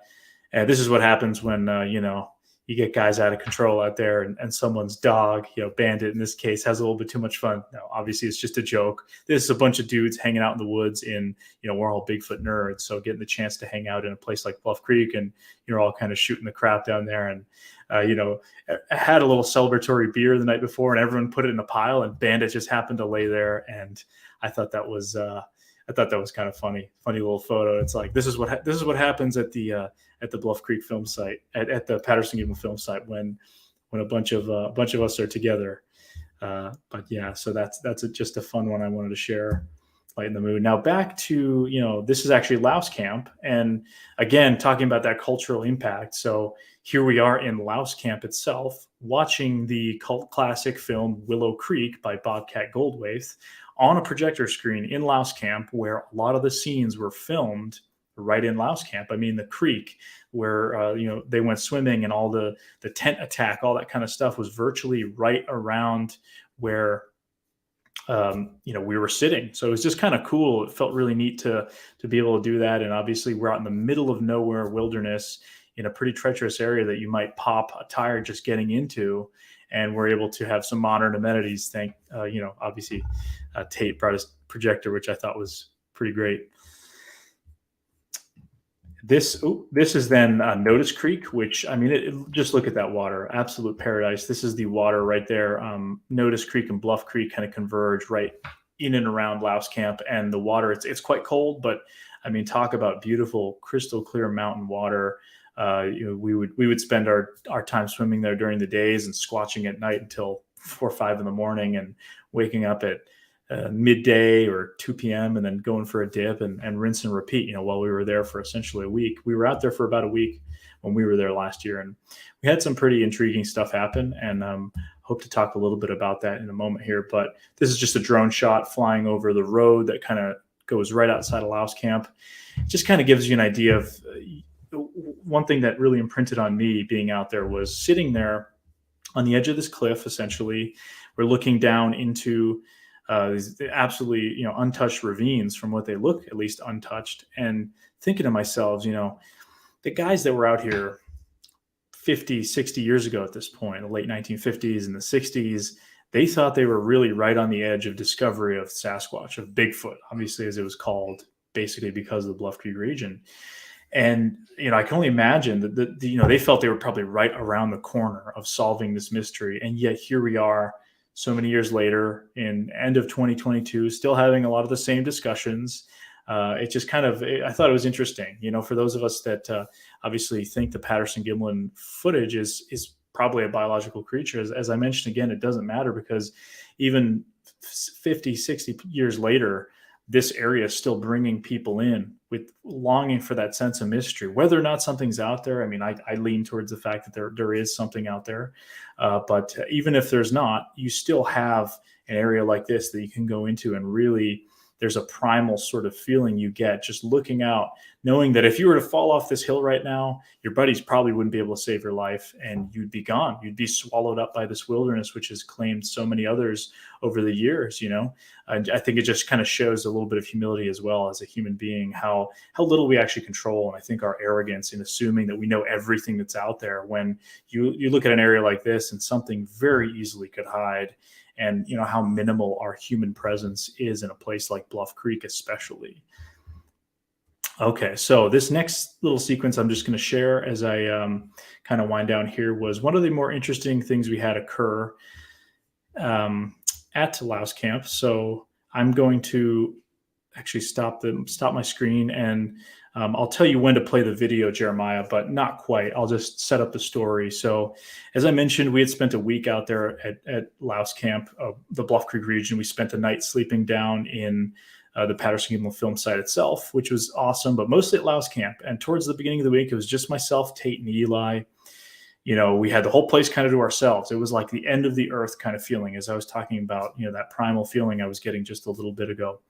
Absolutely amazing. But towards the end of the trip, more people start coming in. The Bluff Creek Project has their annual kind of gathering. People like Kip Morrill, Rowdy Kelly, a lot of folks start coming in. Ranger Robert Leiterman, of course, and lots of people from all over the place. We had during our trip there happened to be a Trinity Alps giant salamander expedition spearheaded by Ken Gearhart, and he happened to be in camp. So there's a lot of people there, and I believe it was our last night in the Bluff Creek region before Eli and myself were leaving the following day to drive up to Oregon. Well, we were looking at right outside of Louse Camp. There's the area, you cross the bridge, and there's an area essentially where the original tracks were found in the late 50s. Those tracks that would lead to the Bigfoot term being coined by Ginzoli, I believe, the journalist at the time. And that kind of went viral as it would have back in the 50s with the AP Newswire and the way news sort of spread. And we were checking out this film site. Jamie Wayne of the Bigfoot of the Bluff Creek Project was there, and he was showing us where those tracks were found. We were there was a big group of us. I don't know, maybe there was 10 or so of us. We were all just observing, and a couple of the guys in the back, Jonathan Easley included, were saying that they were hearing some strange noises in the woods, possible knock type things. Well, we were all kind of distracted talking about where the tracks were found, where the 55-gallon oil drum was thrown into the water in the 1950s, and into Notice Creek and that sort of thing. So we were kind of distracted. Well, Ron's dog Bandit, the one who I showed the humorous pictures of with the beer bottles, was just up on the road ahead of us for whatever reason, kind of acting very strange. His tail was completely between his legs, trying to duck into a bush. And we were thinking, what was going on with this? Why is he doing that? We're all joking around and, just kind of having a good time looking at this site. And it's getting dark. I mean, it's past dusk at this point. It was dark by the time we got back to camp, and that was maybe only a few minute walk from where we were.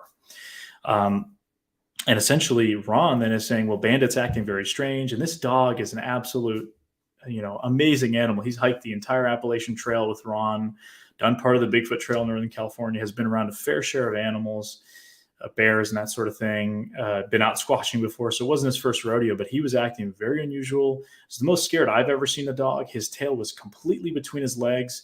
Ron never has to leash this dog. So what was so strange was that, he didn't have a leash, and we literally had to take Jonathan Easley's belt and make a makeshift leash out of it because Bandit kept trying to duck into the bushes. That was his go-to when he got really scared. Ron said he would try to hide on the side of the trail, which was really interesting. So we had to walk him back to camp, and Ron was a little worried. Bandit was on the older side.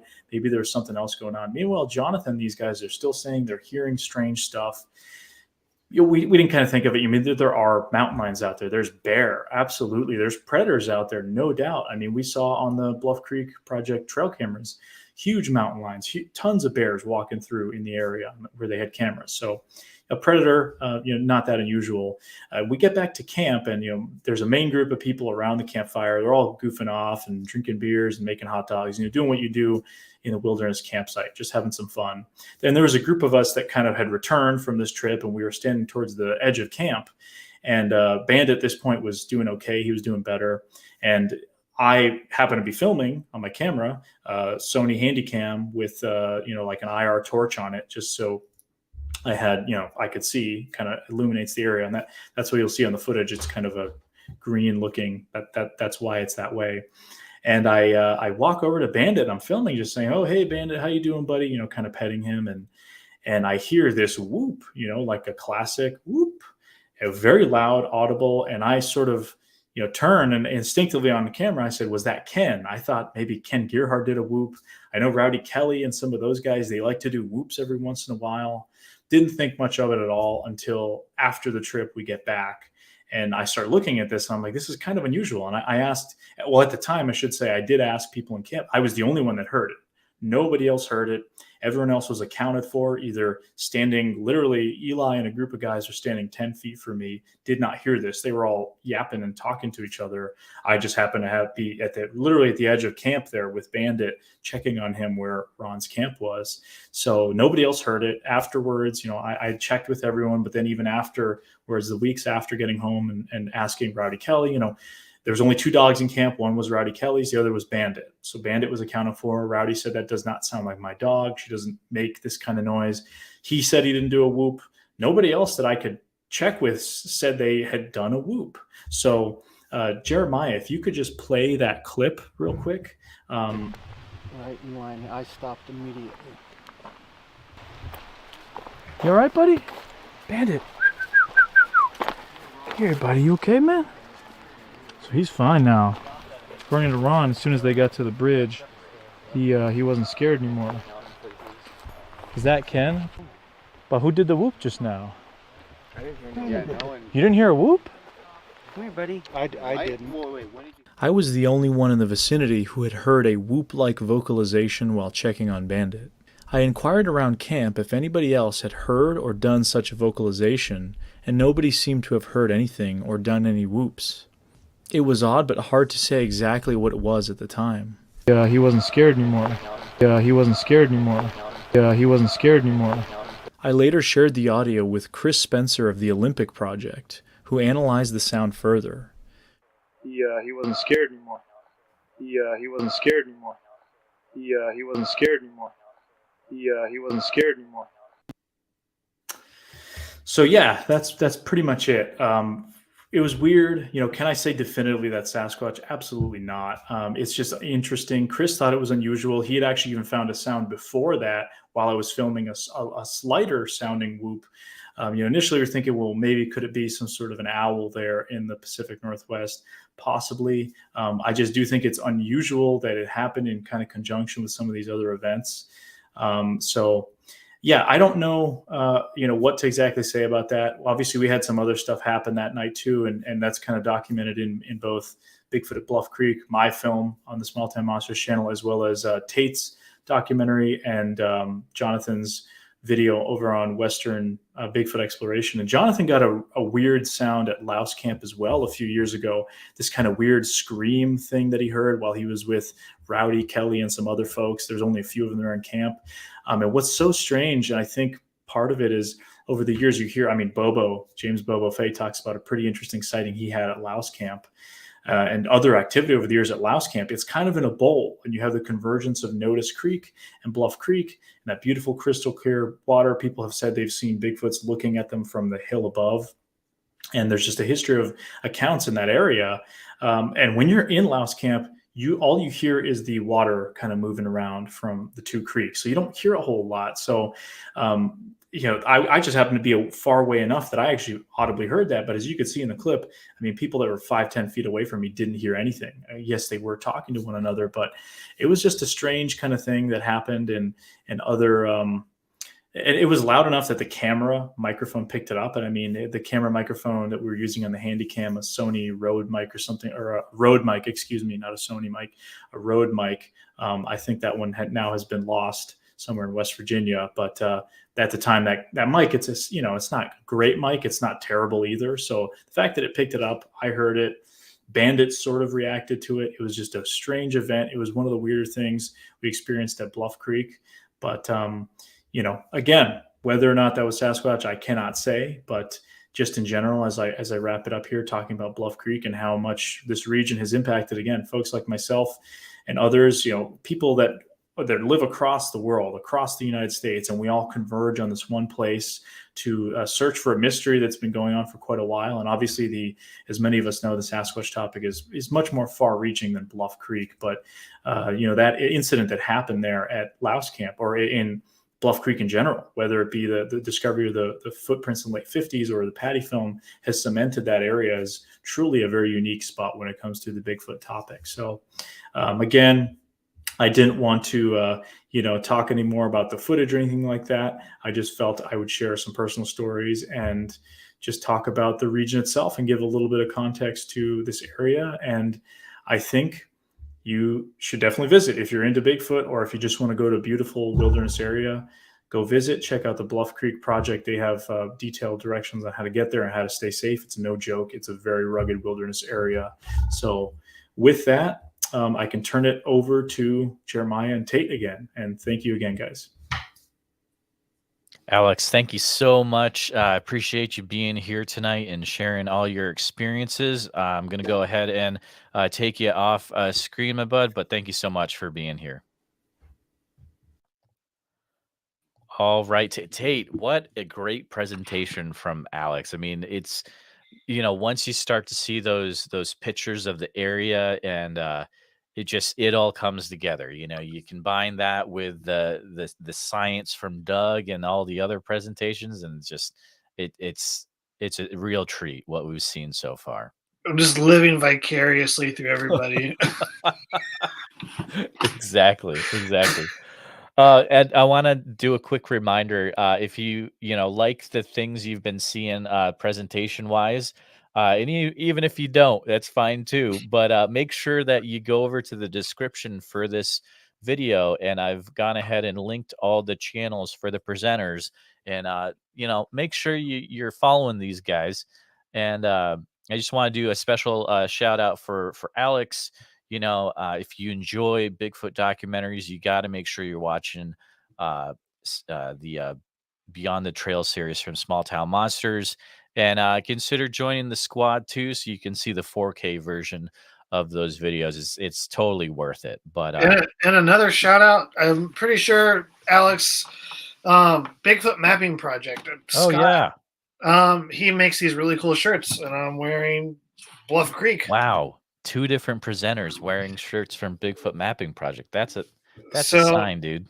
go give Bigfoot Mapping Project a follow. He makes some great shirts and stuff, and he's doing some great things, which I use, and Small Town Monsters, Beyond the Trail uses, Alex and Eli. So really good stuff. Fantastic. Well, I want to do a quick reminder. So we have one more presenter left. Don't go quick after that, because we are going to do a special giveaway at the very end. Tate's going to give away a copy of Bigfoot Quest, correct? Yes, sir. And I'll be giving away a Bigfoot Society shirt. So you don't want to miss out on that. So don't leave real quick at the end. Stick around for a little bit. You know what I'm saying? So, Tate, I'm going to let you announce our last speaker here, Mr. Damon Irons. Tell us a little bit about what this guy's about. So yeah, Damon Irons, he's a really cool guy. I met him a few years back in the Bluff Creek area, going out there. He's in the BFRO. He has some really cool technology. I think is something that it's mind blowing that where technology is going in terms of research, or just in general. And Damon has some pretty cool experience with this technology. He's also a pilot. That's what he does. So he's very knowledgeable about this stuff, and I'm just going to shut up and let him just talk. Fantastic. Well, let's get our faces off screen, and I'm going to bring up Damon and let him take over. Welcome, Damon. Take it away, good sir. Man, I don't know how I'm going to follow up all the rest of those great presentations. I'm just like, there, I got a toy or whatever. Here we go. All right, I'm out of here. Okay, so yeah, my name is Damon Irons. I first got interested in the whole subject about 10 years ago when I saw my first Squatch riding my motorcycle up and over the mountains into between Boise and Joseph, Oregon. And since then, it's just been kind of down the rabbit hole ever since. As far as Bluff Creek goes, it was just sort of, I went there sort of on a whim, actually. I was, some friends of mine, Terry Lindsay, invited me up there to meet some of the Bluff Creek guys. And the very first night I met Tate, we were driving up the hill and kind of getting set up. And he met us there because we were a little bit late, and he was kind of guiding us in. I don't think Terry had been there before, and I hadn't been there myself. And so we were kind of getting led into the cell site area. What was interesting about it was, and this was kind of like one again about like just communication with your group and like what you experience and what you don't experience. Like if you even think you experienced something, just speak up, or I thought I saw, or there's this, or I smelled that, just like immediately, because you never know what it is. When as we were pulling up, we're waiting for a minute, and Stevie, as he's got the lights on this one on their car, he sees what he says is a small blonde face that's right below just along the side of the road there. And just as his mom turned the lights off, and he said, no, wait, turn back on. So we turned back on, and the face kind of looked at him, and then the whole thing dropped down below the side of the road. I pull up behind them as we're kind of caravanning in, and I stop the RV where I'm in, and I get out, and I walk right into the smell that I had smelled before. That was right before the year prior. I had been in the Mount Hood area and had one run right by me on the road in the dark. And prior to that point, I had this odd little smell first. And so I'm stepping out into the RV. I step out right into the smell that I'm immediately like, wait a minute. And communication-wise, broke down a little bit, because I find out later that Stevie had seen this face just right there. So anyway, my Bluff Creek experience is like that. This has been kind of nuts. So that first year we had like 2020 had a lot of more sighting kind of stuff. That little guy, there was like creepiness around the camp at night with overnight audio recorders. Terry and I think we saw it jump off the road as we were coming back from Louse Camp. And I think it was checking us out down at Louse Camp too, because I was just kind of sneaking out and looking up the roads as other people were having dinner and making some noise and stuff like that. I think I caught up with it again. So I think that was just more anecdotal. The 2021 was pretty quiet. And last year with these guys, as you guys have talked about before, we had some great evidence, lots of evidence collection. It seemed super quiet all night. I think the first couple nights they were around. You could hear a couple wood knocks in the evenings on the night audio recorders. But yeah, we got some great evidence. We got those footprint casts like he talked about. We found some hair samples that have all the hallmarks of their found and supposedly verified type hairs. What else we get there? Yeah, the tree branch breaks and stuff like that we talked about. There's some really, really interesting, weird ones that just don't make any sense at all, unless you're kind of just walking by and you're 8 feet tall and you just happen to grab a branch and just tweak it just because you can.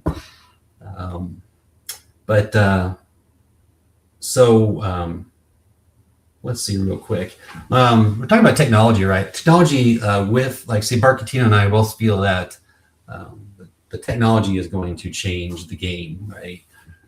For everybody. So that thermal technology kind of levels a playing field for us at night because, or anytime actually that there's a temperature difference. The thermal works just as well in the middle of the afternoon if it's cool enough to have a temperature difference between you and the subject you're looking for, right?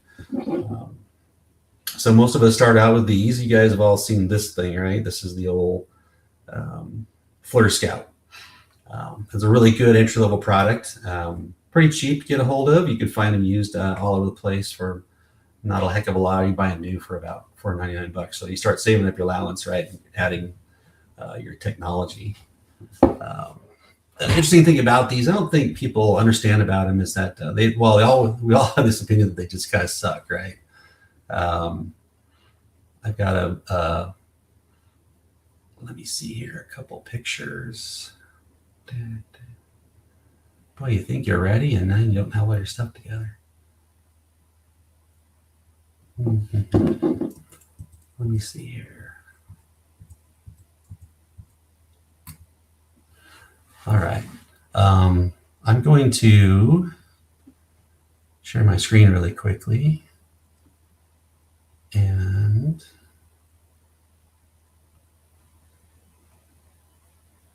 here we go. So this is an example of the kind of picture you're going to see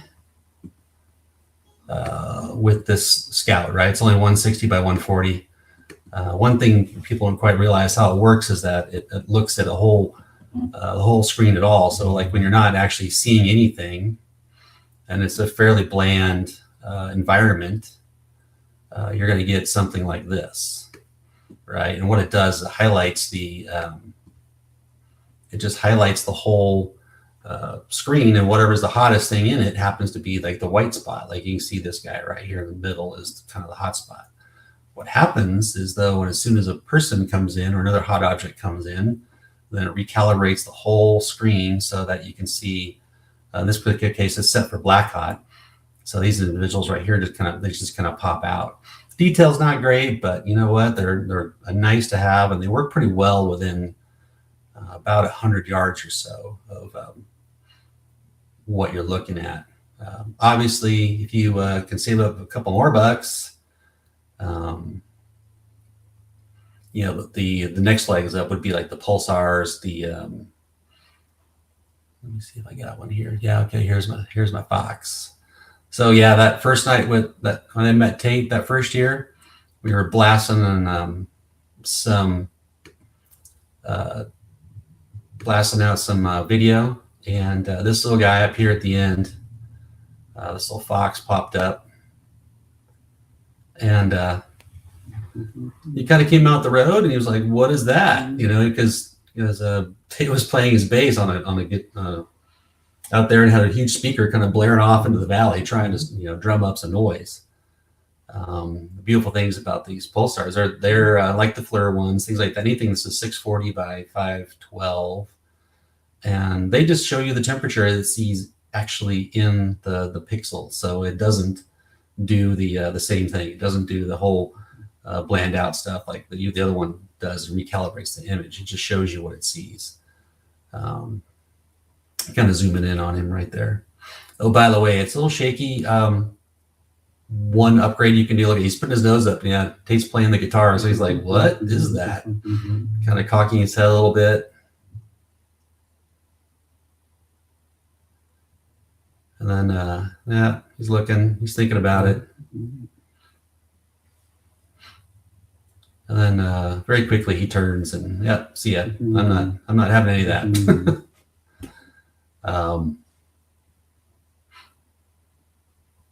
But yeah, he just any of these ones will work that way. But they're unbelievable, the amount of detail that you can spot and see at a distance and look at those things. One other tool, again, you just kind of just save the allowance and add the little pieces in place, is a I got this guy right here. Yeah. Let me go back to here. Let me stop sharing my screen. Actually, you can see this. This is the Pulsar. This is a XP50. The new one is the Pro. The Pro 2 now, I believe, is the new model. That guy. And the one thing I added, and what I do with this one, this is actually pretty fun. I put him on a little mount on my car, and I found a long extension cord for the phone. And I used to try to use the Wi-Fi on the Pulsar, but it was actually a hassle. And then the whole Pulsar is pretty big. Plus, I don't feel like hanging a very expensive thermal outside. So I got this guy right here. This is a Seek Pro. It is a 320 by 240 little guy, and he actually takes some pretty good little video. And let's see here. In fact, this one right here. I've still got my whole screen presented. Oh, very good. Would be kind of example of what you can.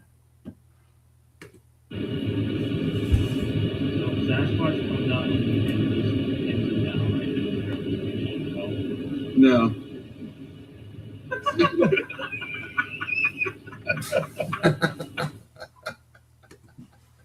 Gotta have a little fun out there.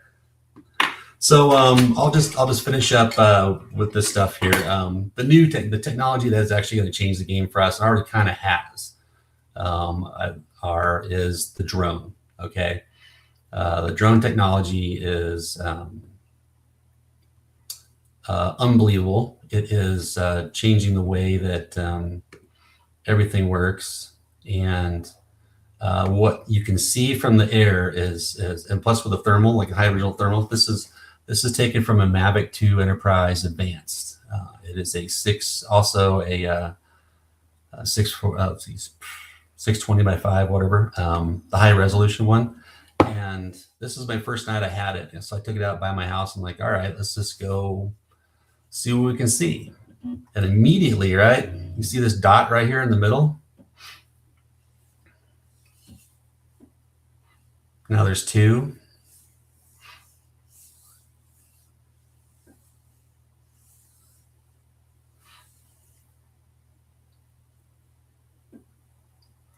Right away you can tell that the resolution's on it's good enough that you can see right away it's deer. Just a couple deer right there, and it was like in 30 seconds of finding those things.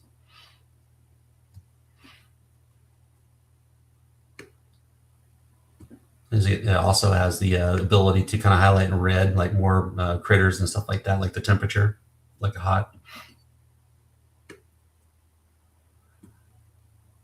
Yeah, I'm just looking to see if anything's following around. Come across this way, fly across the field. just trying to figure out how this thing works, right? Here comes me. You can see the little dot right there. There's Norman, my pug. He's running right next to me. You can see how that resolution works there.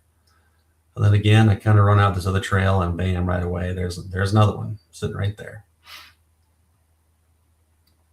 Honestly, I thought that was a bobcat at first. The way it was I thought the whole thing on the end was a tail. But nope, deer. Lots of deer.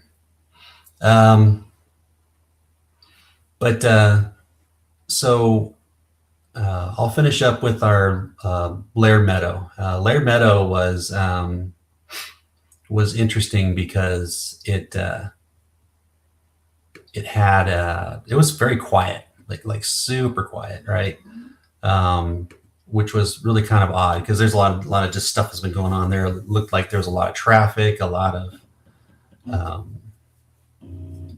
different stuff. Forget this dramatic title. I wanted to get it out real quick to some people because I didn't know what it was at the time. I now know that what I'm looking at was a bear, but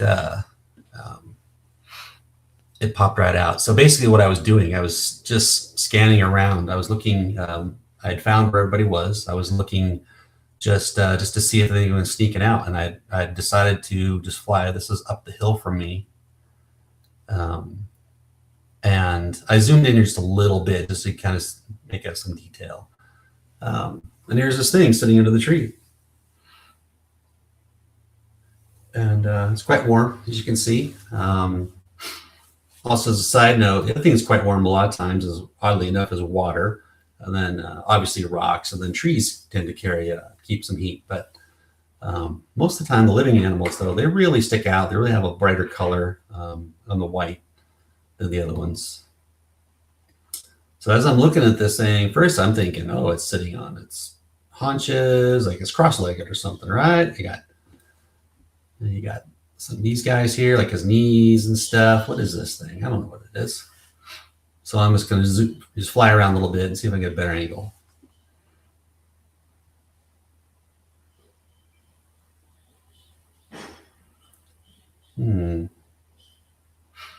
So just a real quick, FLIR is also line of sight, so it will be blocked by foliage and things like that, but it's quite amazing. You just need a little small speck to get through, and you can see it. And there I'm thinking, well, is it standing on the tree? What's going on with that guy? Here's a really odd spot. You see this thing on the end over there? Oh, that was too fast. Let me back that up. Yeah, this is where I kind of realized it was a bear. You can see the steps. Well, at this point, it's actually these drops right here. It's actually defecating in the tree. So yeah, you can see on therm, bears do crap in the woods. But it was the motion of the feet right there that kind of got me thinking that, okay, that's a bear. And then it kind of lays down and kind of takes a step on it.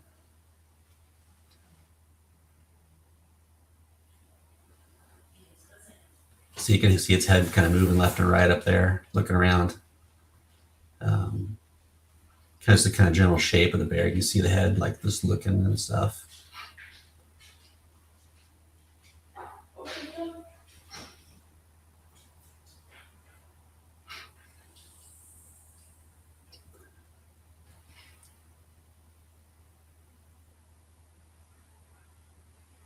But it was amazing to observe and just kind of see it in its own habitat. You know, and it either didn't notice me or didn't even care. I was fortunate, I think, that the creek right there that it was kind of sitting by was masking the sound of the drum a little bit. But it didn't really notice it. For the most part, the deer don't even care. Oh yeah, I was trying to see if I could hit with a spotlight and see if I could see any contrast to it, but I couldn't. You can see a little bit of a brown spot right here. But there's no text or there's nothing in there that's going to just show you that highlights what it is. All right, and then batteries kind of starts running out, so I just kind of head down the road, and then yeah, that's me and Norman, and then these guys right down the road. There was a couple of my coworkers, my co-squatcher is walking up the hill. I guess I can see him right there. But yeah, it becomes a game changer. Recently, I was able to act kind of sort of as a air support for some people over another expedition. You know, they heard some stuff, they called it in, and I was able to just simply fly over and take a look and verify that, yeah, that was a deer. But the detail is, I mean, this, like, check this out right here. This is let me blow this up. This was by the cell site in Bluff this summer. And you see this little guy right there. See, he runs up into here.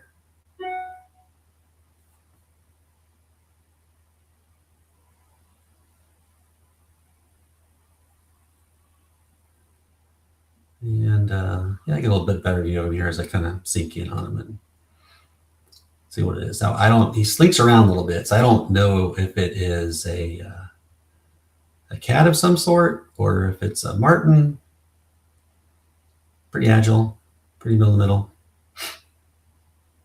We saw a couple martens on the road as well that week. Yeah, so I don't know what he was. But as you can see, nothing's hiding. Nothing's hiding from this thing. Which brings me to point number, my final point that I actually want to bring about. How do I stop that? There we go. So we've all heard the stories, right? Of like somebody who's like, oh, I got the new, I totally filmed this thing. Oh, wait, I didn't know how to film it. Or they were doing something opposite, like, you know, they push the film button and then the other feet and then pick it up, push it again, turn it off, then not filming what they're filming, and then they turn it back off and they put it back down again, film their feet again. And quite recently, I know a gentleman who was actually filming 2 squatches with a thermal drone, very close, very low. It was a low res version of the same drone that I have, but he didn't know how to use it. He didn't record any of it. And I guess it was a pretty amazing encounter with some all kinds of stuff happening, and it's gone. So my biggest point is know your gear. Please practice with your gear. You know, walk the dog, and you should bring your thermal out and figure out how it all works, what the pallets work. You know, things like that. So yeah, that's what I got to say. Anybody else got a question? Fantastic, Damon. Man, what an awesome presentation. And definitely know your gear. It was so cool to see that thermal stuff. But thank you for being here, sir. I appreciate your presentation. Yeah. I'm going to go ahead and bring up Mr. Tate, and I will be removing you from the screen. Thank you, sir. Yeah, you bet. Tate, what a great night this has been. My goodness. What do you think? For something last minute that we were able to do, this turned out pretty well. It was fantastic. I think that we have a giveaway to do. What do you think? I think so. All right, let's get this rolling here. So this is gonna be fun. All right. Okay. So I'm gonna be sharing my screen here. You can see the StreamYard Bigfoot tool. So pretty much here's what we got to do, guys, and everyone in the chat. So when I say go, type in hashtag Bigfoot. It has to be the hashtag symbol with Bigfoot after it. And don't spam the chat, because it's smart enough to only count one of your entries. So it doesn't matter how many times you put it in. We're going to do a drawing for the Bigfoot Society shirt, and then draw again for the book from Tate. So go ahead and everyone at this point right now, go ahead and put in hashtag Bigfoot if you would like to take part in the 2 drawings. And gonna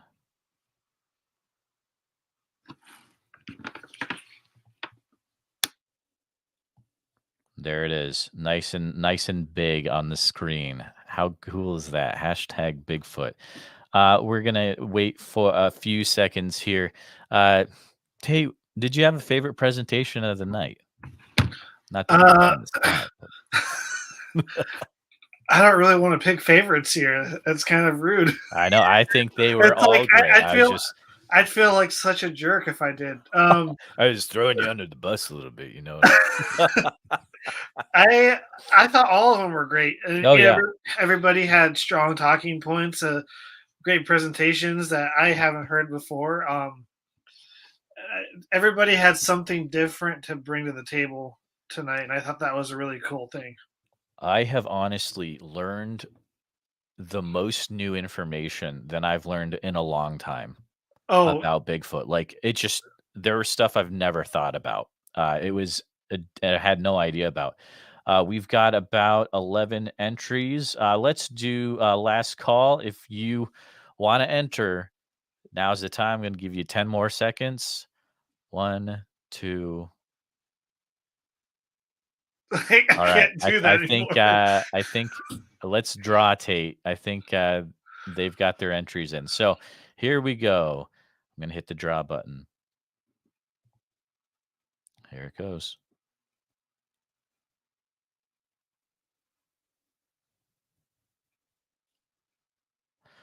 Winner, Anthony Reese. I hope I'm pronouncing it right. One of those ways. Anthony, if you could go ahead and contact me at bigfootsociety@gmail.com. That was for the t-shirt. Congratulations, sir, for winning that. And I'll get some more information from you to get you all set up. Well, let's go ahead. Should we draw for the book, Tate? Yes, sir. All right. Here's the book. Oh, look at you. You got the book right there. All right. Boom. If it's Anthony again, it doesn't count. You know, we want someone else to do it. I'm just going to throw that in there. Yeah. Are you serious? What? See, that's why I said it. Anthony, yeah, it's so funny that you said that. Go buy a lottery ticket. Okay. Sorry. We need to get another person in there. Just because, yeah.